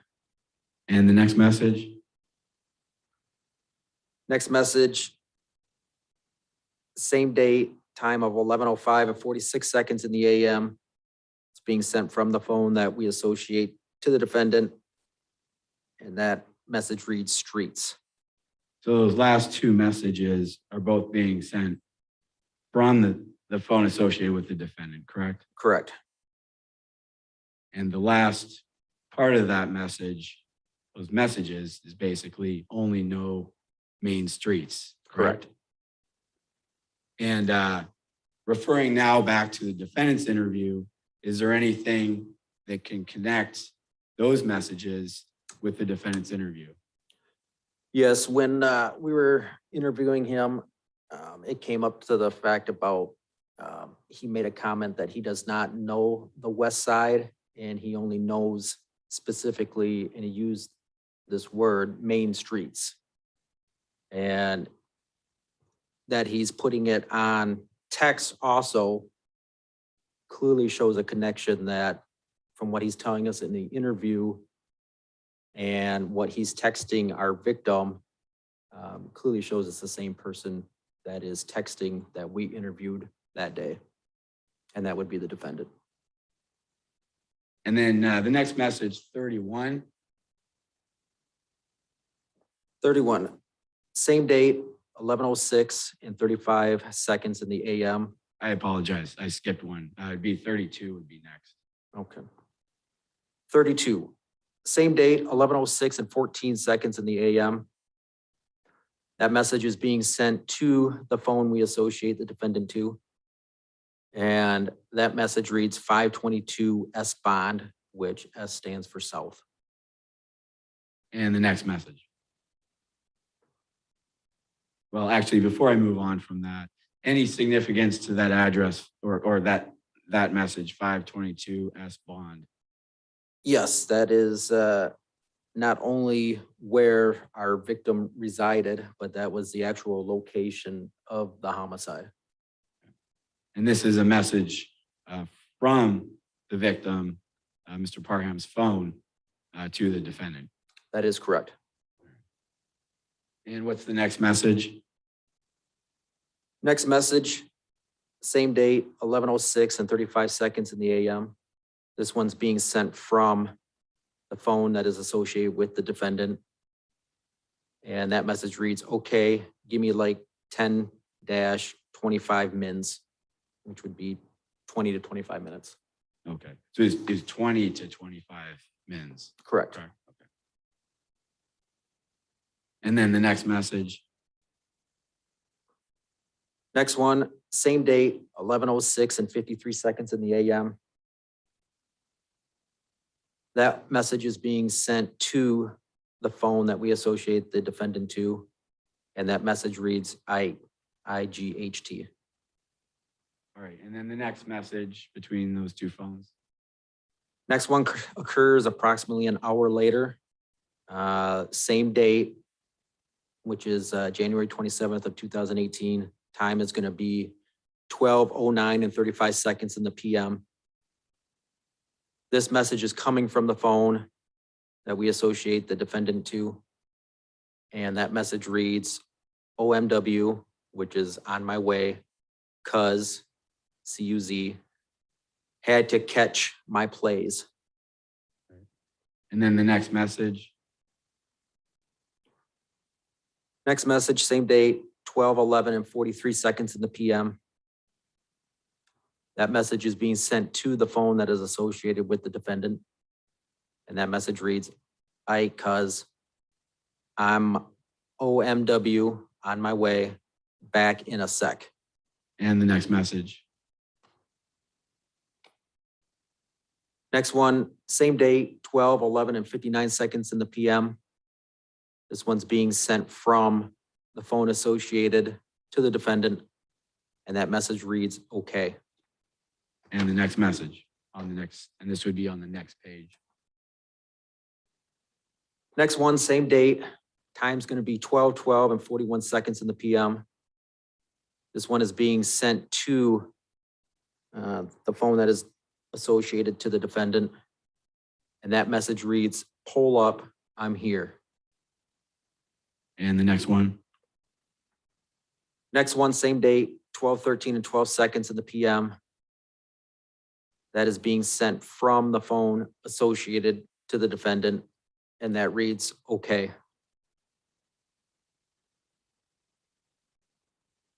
And so this is, these last two messages, 12:12 and 12:13. Remind us what time was the homicide? Approximately 12:30. Okay. And then what was the next message? The next one, same date, 12:25:06 in the PM. This one's being sent from the phone associated to the defendant, and it reads, come outside, cuz. Mr. Fedora, once again, your monitor doesn't show that. Thank you, Your Honor. And the next message. Next one, same date, 12:25 and 22 seconds in the PM. This one's being sent to the phone associated to the defendant. And that reads, I'm outside RN, which is right now. And then the next one. Next one, same date, time of 12:25 and 30 seconds in the PM. Being sent to the phone associated to the defendant. And that message reads, what you in, question mark. All right. And then are there any other messages after that? No.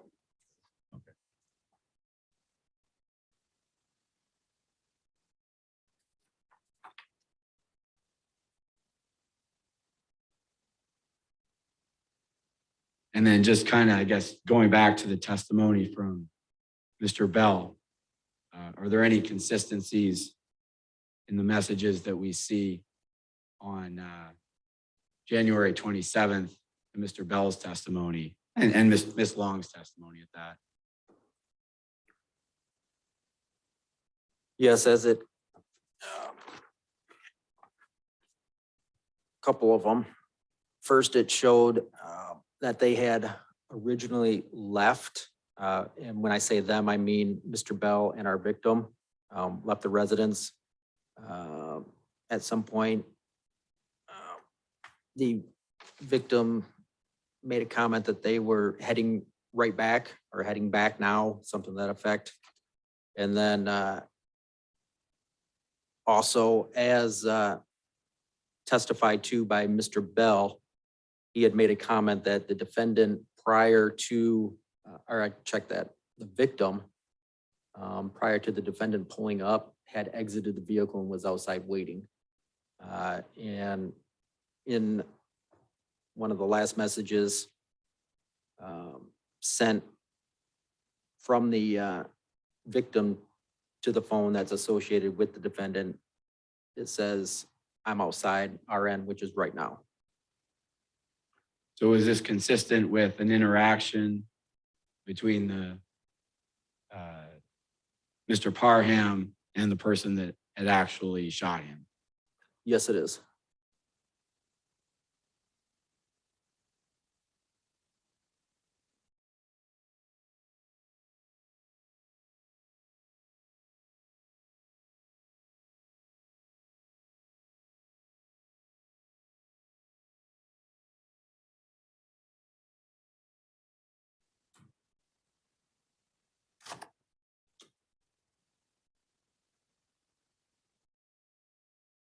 Now, just to move on to the other parts of your investigation.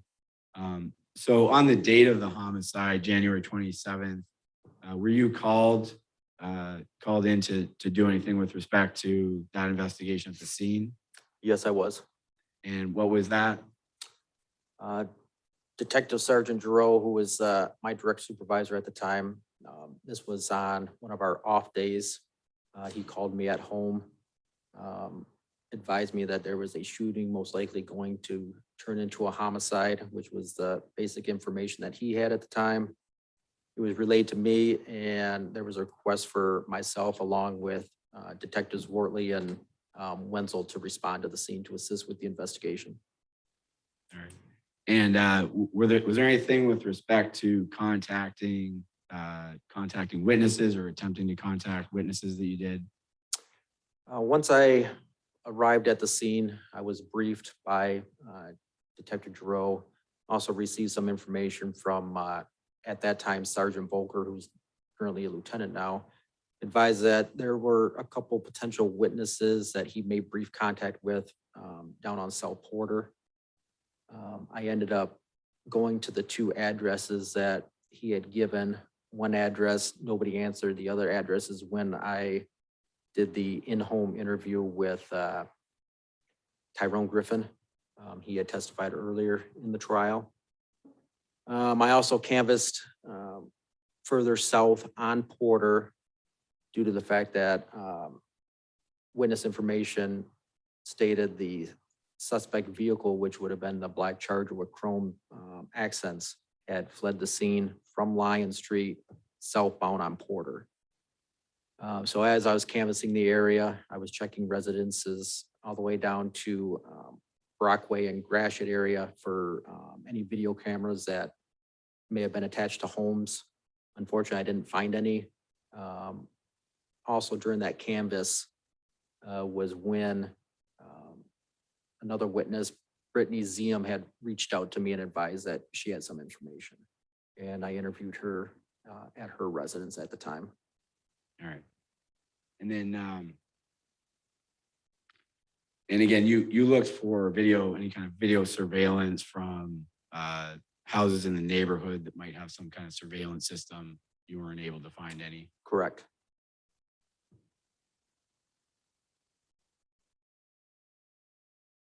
Now, after that, the next thing you did with respect to the investigation was again interviewing witnesses on the Tuesday following. Is that correct? Yes. All right. And then in addition to the defendant, you also interviewed Miss Curtis, or you're involved in one of the interviews with Miss Curtis, correct? Correct, the first one.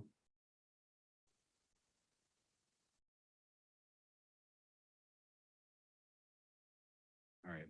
Now, following the interview of the defendant, during that interview, you learned his address where he resided, correct? Yes. And then pursuant to that, what did you do? I, with the assistance of one of the prosecutors at the time, he was assistant prosecutor, no longer in the office, Prosecutor Ruffin.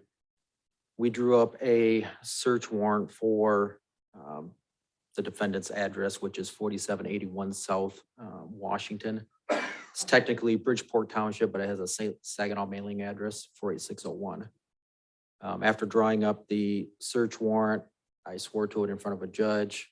The judge signed off on the search warrant, and then myself, along with other detectives and road officers, conducted the actual search of the residence once entry was made.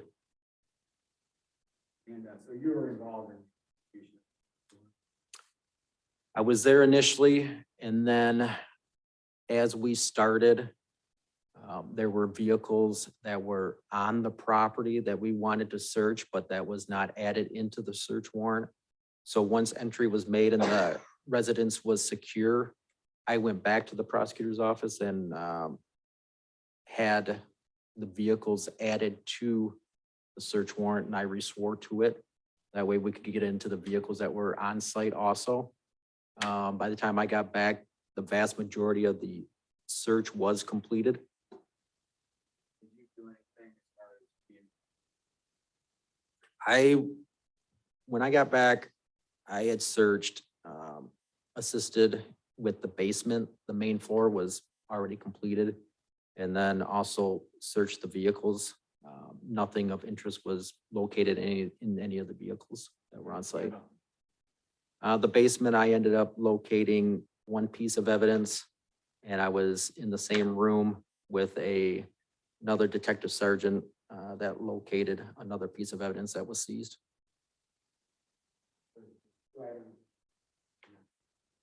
Correct. One was an ID belonging to the defendant. And the other one was a couple light blue surgical masks. I'm gonna show you what's been marked as exhibit 53. You recognize that? I do. What is it? This is my heat seal, my initials. This is the evidence packaging that I put this driver's license in. A Michigan driver's license belonging to Davion Jamal Thompson with an address of 4781 South Washington Road, Saginaw, Michigan, 48601, with a date of birth of 11/28 of 97. And this is 52.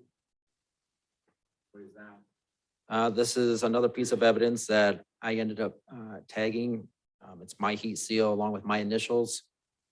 It is 2 light blue surgical medical masks, my case number, and it shows the date of February 1st of 2018, which was the day that the search warrant was executed. And the venue of it was 4781 South Washington Road, Saginaw, Michigan, 48601. The one mask or 3 masks? Two masks. We found the 2 masks, in the defendant's driver's license. Now, is this, the entire basement, is it divided or is it just one? There was some division. It appeared to be mostly storage, just stuff kind of just tossed down there. The one room that we were in, myself and Sergeant Lopez, where these 2 items were found, could have been a bedroom if need be. It wasn't very well kept up. And how far away from driver's license? They were found. It was a cabinet. I believe it had separate shelvings in it, but it was found in the same location, southeast corner, basement bedroom, inside a cabinet. That's where both items were located. Thank you. People down there. 52 has already been admitted. I'm sorry, 53 has already been admitted and 52 will be admitted.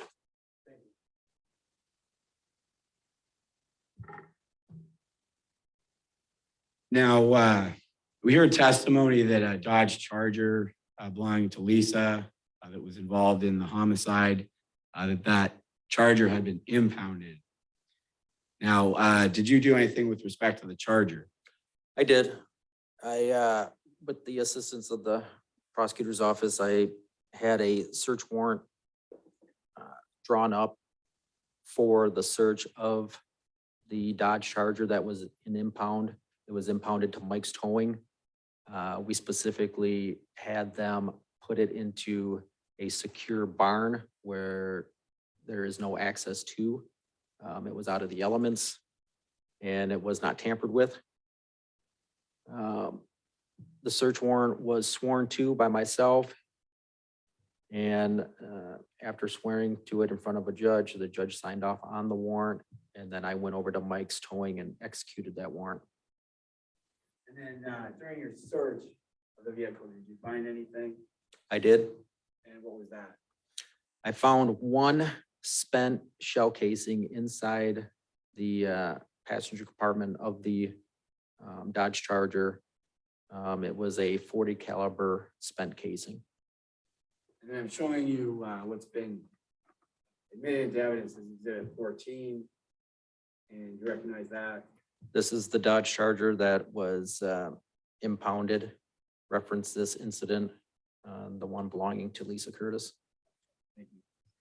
And then I'll show you what's been marked as people's 18 and 19 for identification. If you can take a look at those, where are those? That's a spent shell casing that I located inside the vehicle being the Dodge Charger. And then this is a close-up view of that same spent shell casing. Clearly states .40 caliber S&W, which is Smith & Wesson. And then there's also other letters on there, R-P. And you can clearly see that the primer has been struck on the shell casing, which would indicate that it is spent. And those are true and accurate representations of the the spent shell casing that you saw. Correct. And people would offer evidence would have been marked as 18 and 19. Mr. O'Farrell?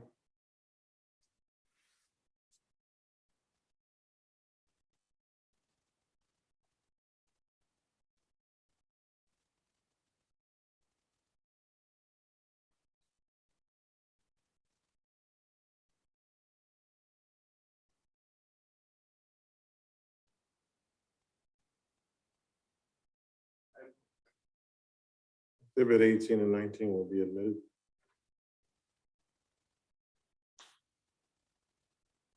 And showing you what's been marked as 54 for identification, you recognize that. I do. It is evidence packaging that I created. It has my case number on it, 18-476, with a date of 2/8/18. It shows that the venue would have been Mike's Towing, inside garage, Maplewood and Hess, Saginaw, Michigan 48601. And inside, it shows there is one spent casing with markings of R-P 40 S&W. Further location, I located it on the rear passenger side floorboard, slightly under the front passenger seat, inside the suspect vehicle, which would be the black Dodge Charger. I put on here that it was seized by Detective Jacobs, which is myself. And then on the evidence tape to seal it, I initialed it 3 separate times to show the integrity of the seal.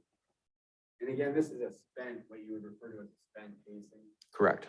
And then we also earlier in the trial heard some testimony from Agent Satara about some spent casings that he found on the driveway. I do. So you just explain to the jury what is Spent spent casing. casing, basically a casing is what holds the actual bullet, the lead part of the bullet, that actually gets fired through the barrel of a gun. So you have the bullet, which is the tip, and then there's a casing, which is usually brass, cylinder hollowed out, and inside that hollowness is where the gunpowder goes. And then on the other end, it's capped off on the end by what would be called a primer. The primer, when struck by the hammer of the gun, strikes that primer, and is what it does is it ignites the gunpowder inside the casing, which causes pressure and the explosion to create the velocity of the bullet exiting through the barrel of the whatever firearm it is. In a semi-automatic pistol, is what happens is once that bullet is fired, the slide on the gun slides back, which opens up the chamber, which allows that spent casing to be ejected. And then it'll draw, and then as the slide goes back forward, it'll draw the next bullet in line from the magazine, which is what is where all the bullets are basically put into. And then that magazine comes up underneath the handle of the gun. And is what it'll do is the slide will catch the next bullet in line and pull that into the chamber. And you'll have a bullet ready to fire if you so choose to. And so spent casing would basically be the portion of the bullet that's left behind after the bullet. It gets ejected, yes. People would offer in evidence what's been marked as People's 54. Mr. O'Farrell? No objection, Judge. Exhibit 54 will be admitted. Now, later on in the course of this case, do you recall handling a laser sight and sending that out for testing? It was sent to the Michigan Crime Lab in Bridgeport for analysis. Okay. And I'm just showing you what 63, you can take a look at that.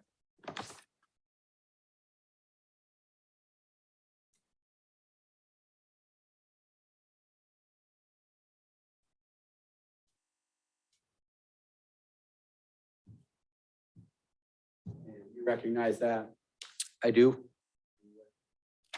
It's a piece of evidence that was seized and tagged by Agent Satara, who was a detective with the Michigan State Police at the time of this incident.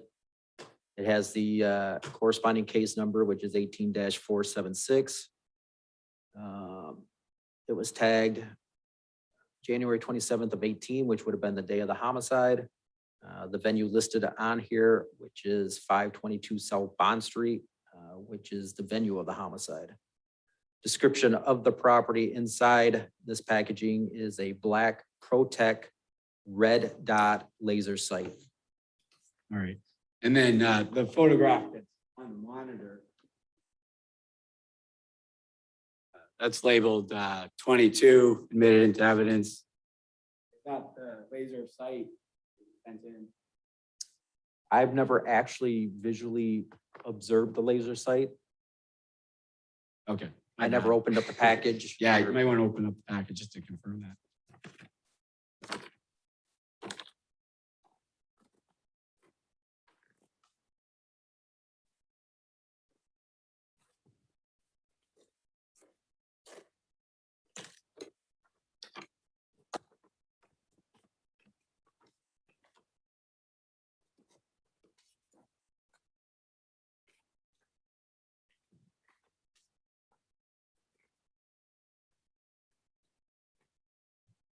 Well, reading this sticker now, there's a caution on here. It says evidence chemically treated, handle with gloves. So I don't know if we want to fully open this or not. You don't. That's fine. That's fine. Sorry. But Good thing I just read that. the only laser sight that you had in evidence was the laser sight that Agent Satara had seized and put in evidence, correct? Correct. And this one's labeled as a ProTech, and that clearly shows that that laser sight is a ProTech. All right. And this was the laser sight that we have on the monitor. That was the one that was seized by Agent Satara. That's what he testified to, yes. Now, so that was sent into the lab for testing. Did you get confirmation back from the lab that it was in fact tested? Yes, I received a lab result worksheet from them. All right.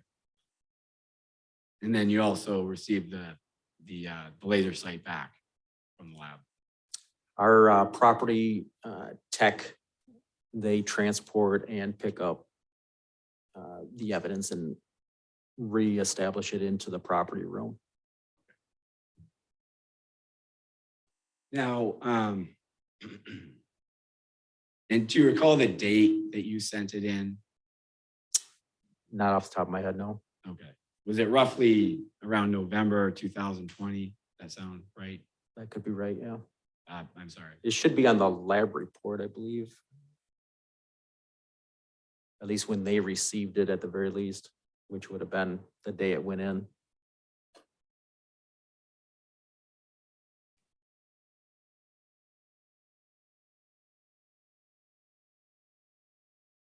Take a look at 47. If that helps refresh your recollection.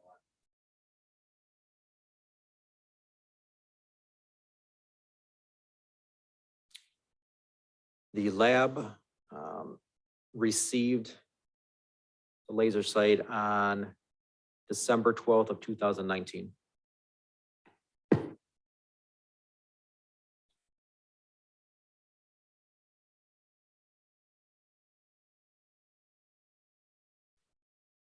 Now, there's been testimony, you just testified as to some shell casings that have been found. There was also bullets that were found, or fragments of bullets that were found in the victim's body. What, if anything, did you do with those items?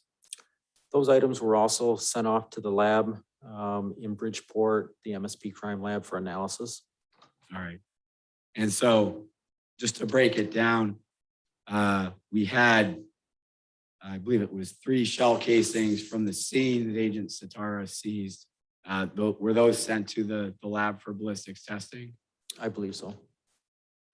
And then there was also some, I believe, bullets that were found in the body by Officer or Sergeant Winger. Were those sent to the lab as well? Yes, along with the ones that were retrieved during the autopsy. And then we also had a casing that was found inside the Charger. Was that sent in? Yes, it was. And we also had a spent shell casing that was found actually in the northeast bedroom of where the defendant resided, where we didn't find any identification of him in that room. But was that sent in as well? Yes. And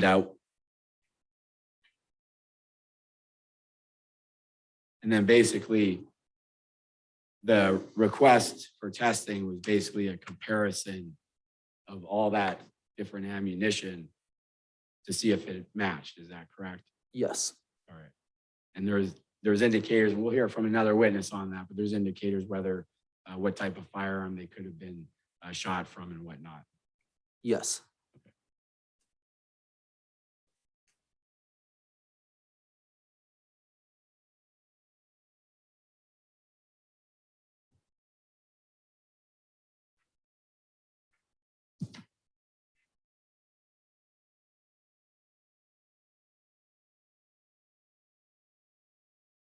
Now, there was a phone seized again from the victim's hand. And you had read some of the cell phone messages that were seen in that phone. Were other records requested or warrant signed for with respect to that phone? Yes, I had received records back. And then those records, the phone records from Sprint, and those records were given to, I think he's a sergeant now, Sergeant Randy Kahn with the MSP down in Bridgeport for analysis.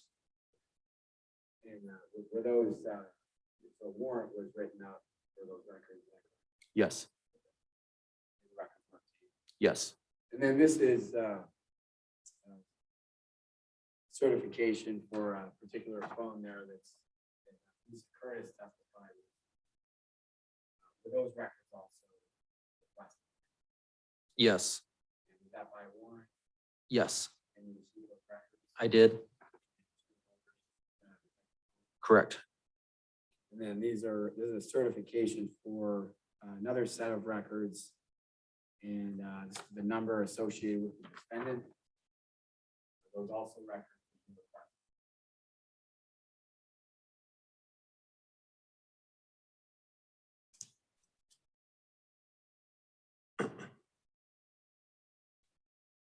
Yes, And was it by warrant? yes, And did you receive those records? I did. And again, those were given to detective. Correct. And you're would offering evidence with remark to the 12, 40 work. No objection to 12. No objection to 4. No objection to 40, Judge. Exhibits 4, 12, and 40 will be admitted.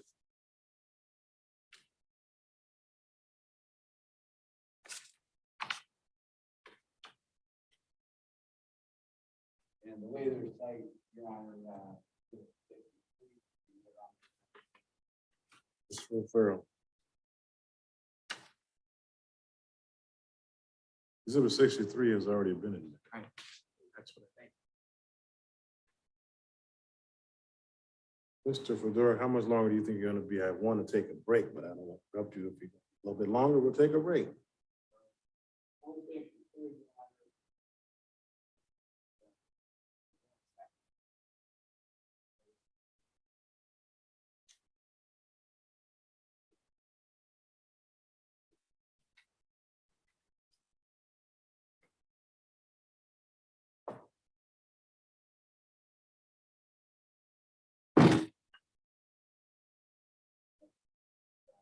One more item, Your Honor. Did you have an occasion to accompany Dr. Granny when he did his autopsy? Yes, I was present during the autopsy. And were there any items that you seized during that autopsy? Yes, I did. And what were those? I'll describe them to you.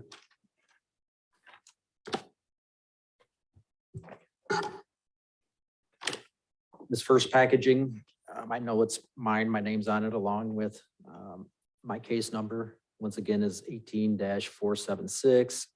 The date of this evidence would have been 1/29/18, which was the day of the autopsy. Autopsy took place at the Saginaw County Morgue in the autopsy room, which was located at that time at 1447 North Harrison, which is in Saginaw, Michigan, 4602. That is the Harrison building of Covenant Hospital.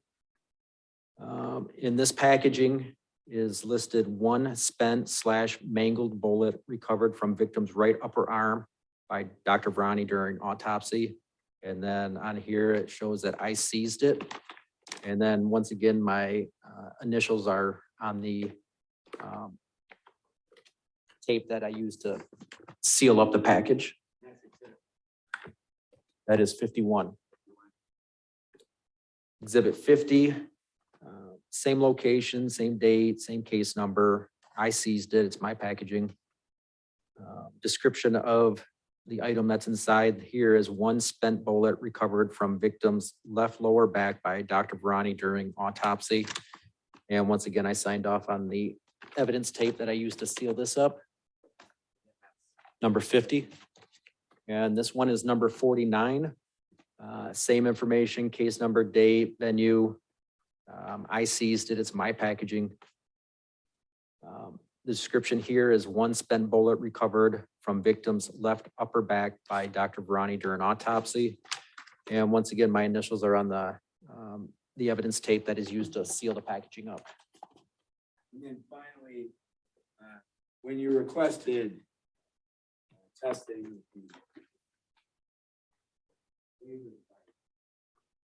what additional evidence did you need to lapse it to the impairment? Part of the search warrant is I added the request to get what is called a buccal swab from the defendant, Davion Thompson. A buccal swab basically is buccal cells are the inside of your cheek. Is what that does is the reason for it would be to send a known sample of DNA from, in this case, the defendant Davion Thompson, to be used by the lab for whatever DNA they may develop from the evidence that I'm sending in. Is what they would do is they would create a profile and then use the known sample and then compare it to see if they are one and the same.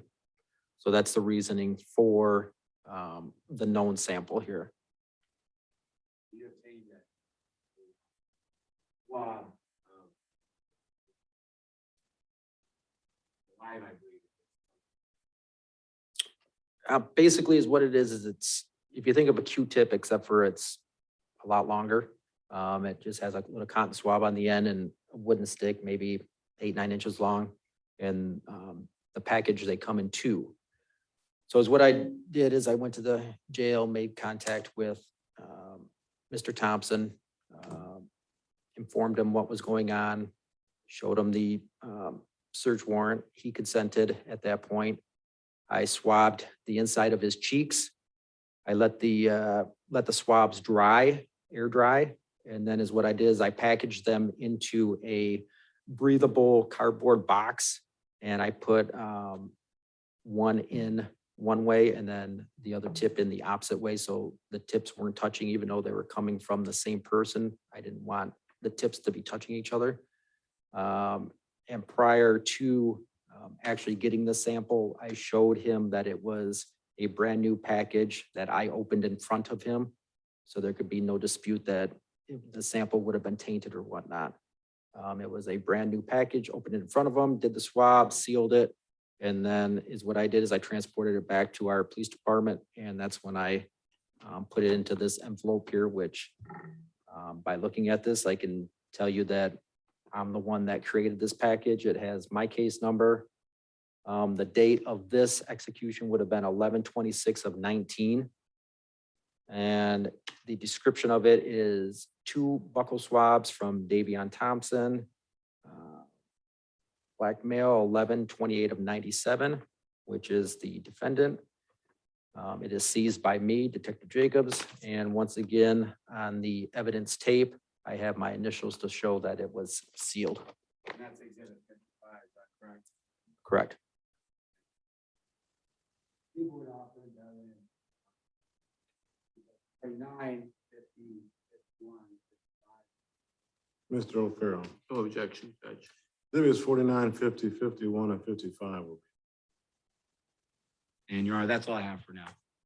All right. Ladies and gentlemen, we're going to take a break. If you go with my clerk, please.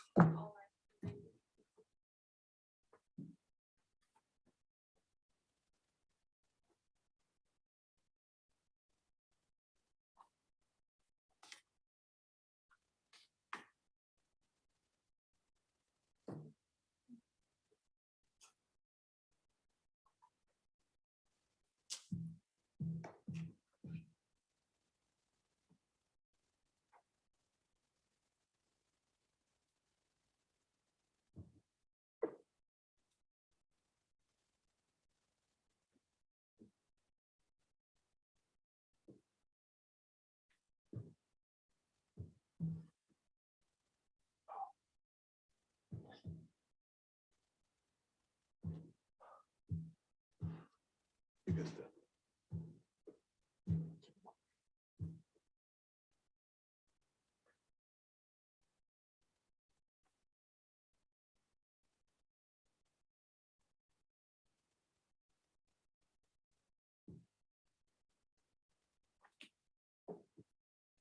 Jury is not present. Anything for the record, Mr. Fedora? No, Your Honor. Mr. O'Farrell? No, Your Honor. All right, and I can't remember how long the testimony of Ms. Graham lasted. Right. I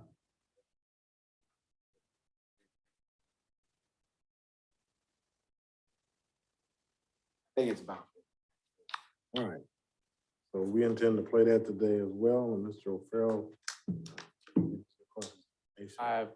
Judge, my cross will probably take a few minutes, but I would rather not than sit through a video. Looks like you have to do a fast cross-exam, Mr. O'Farrell. Oh, I'm it's just kidding. It's all right. We'll just do cross-examination and go do the video tomorrow.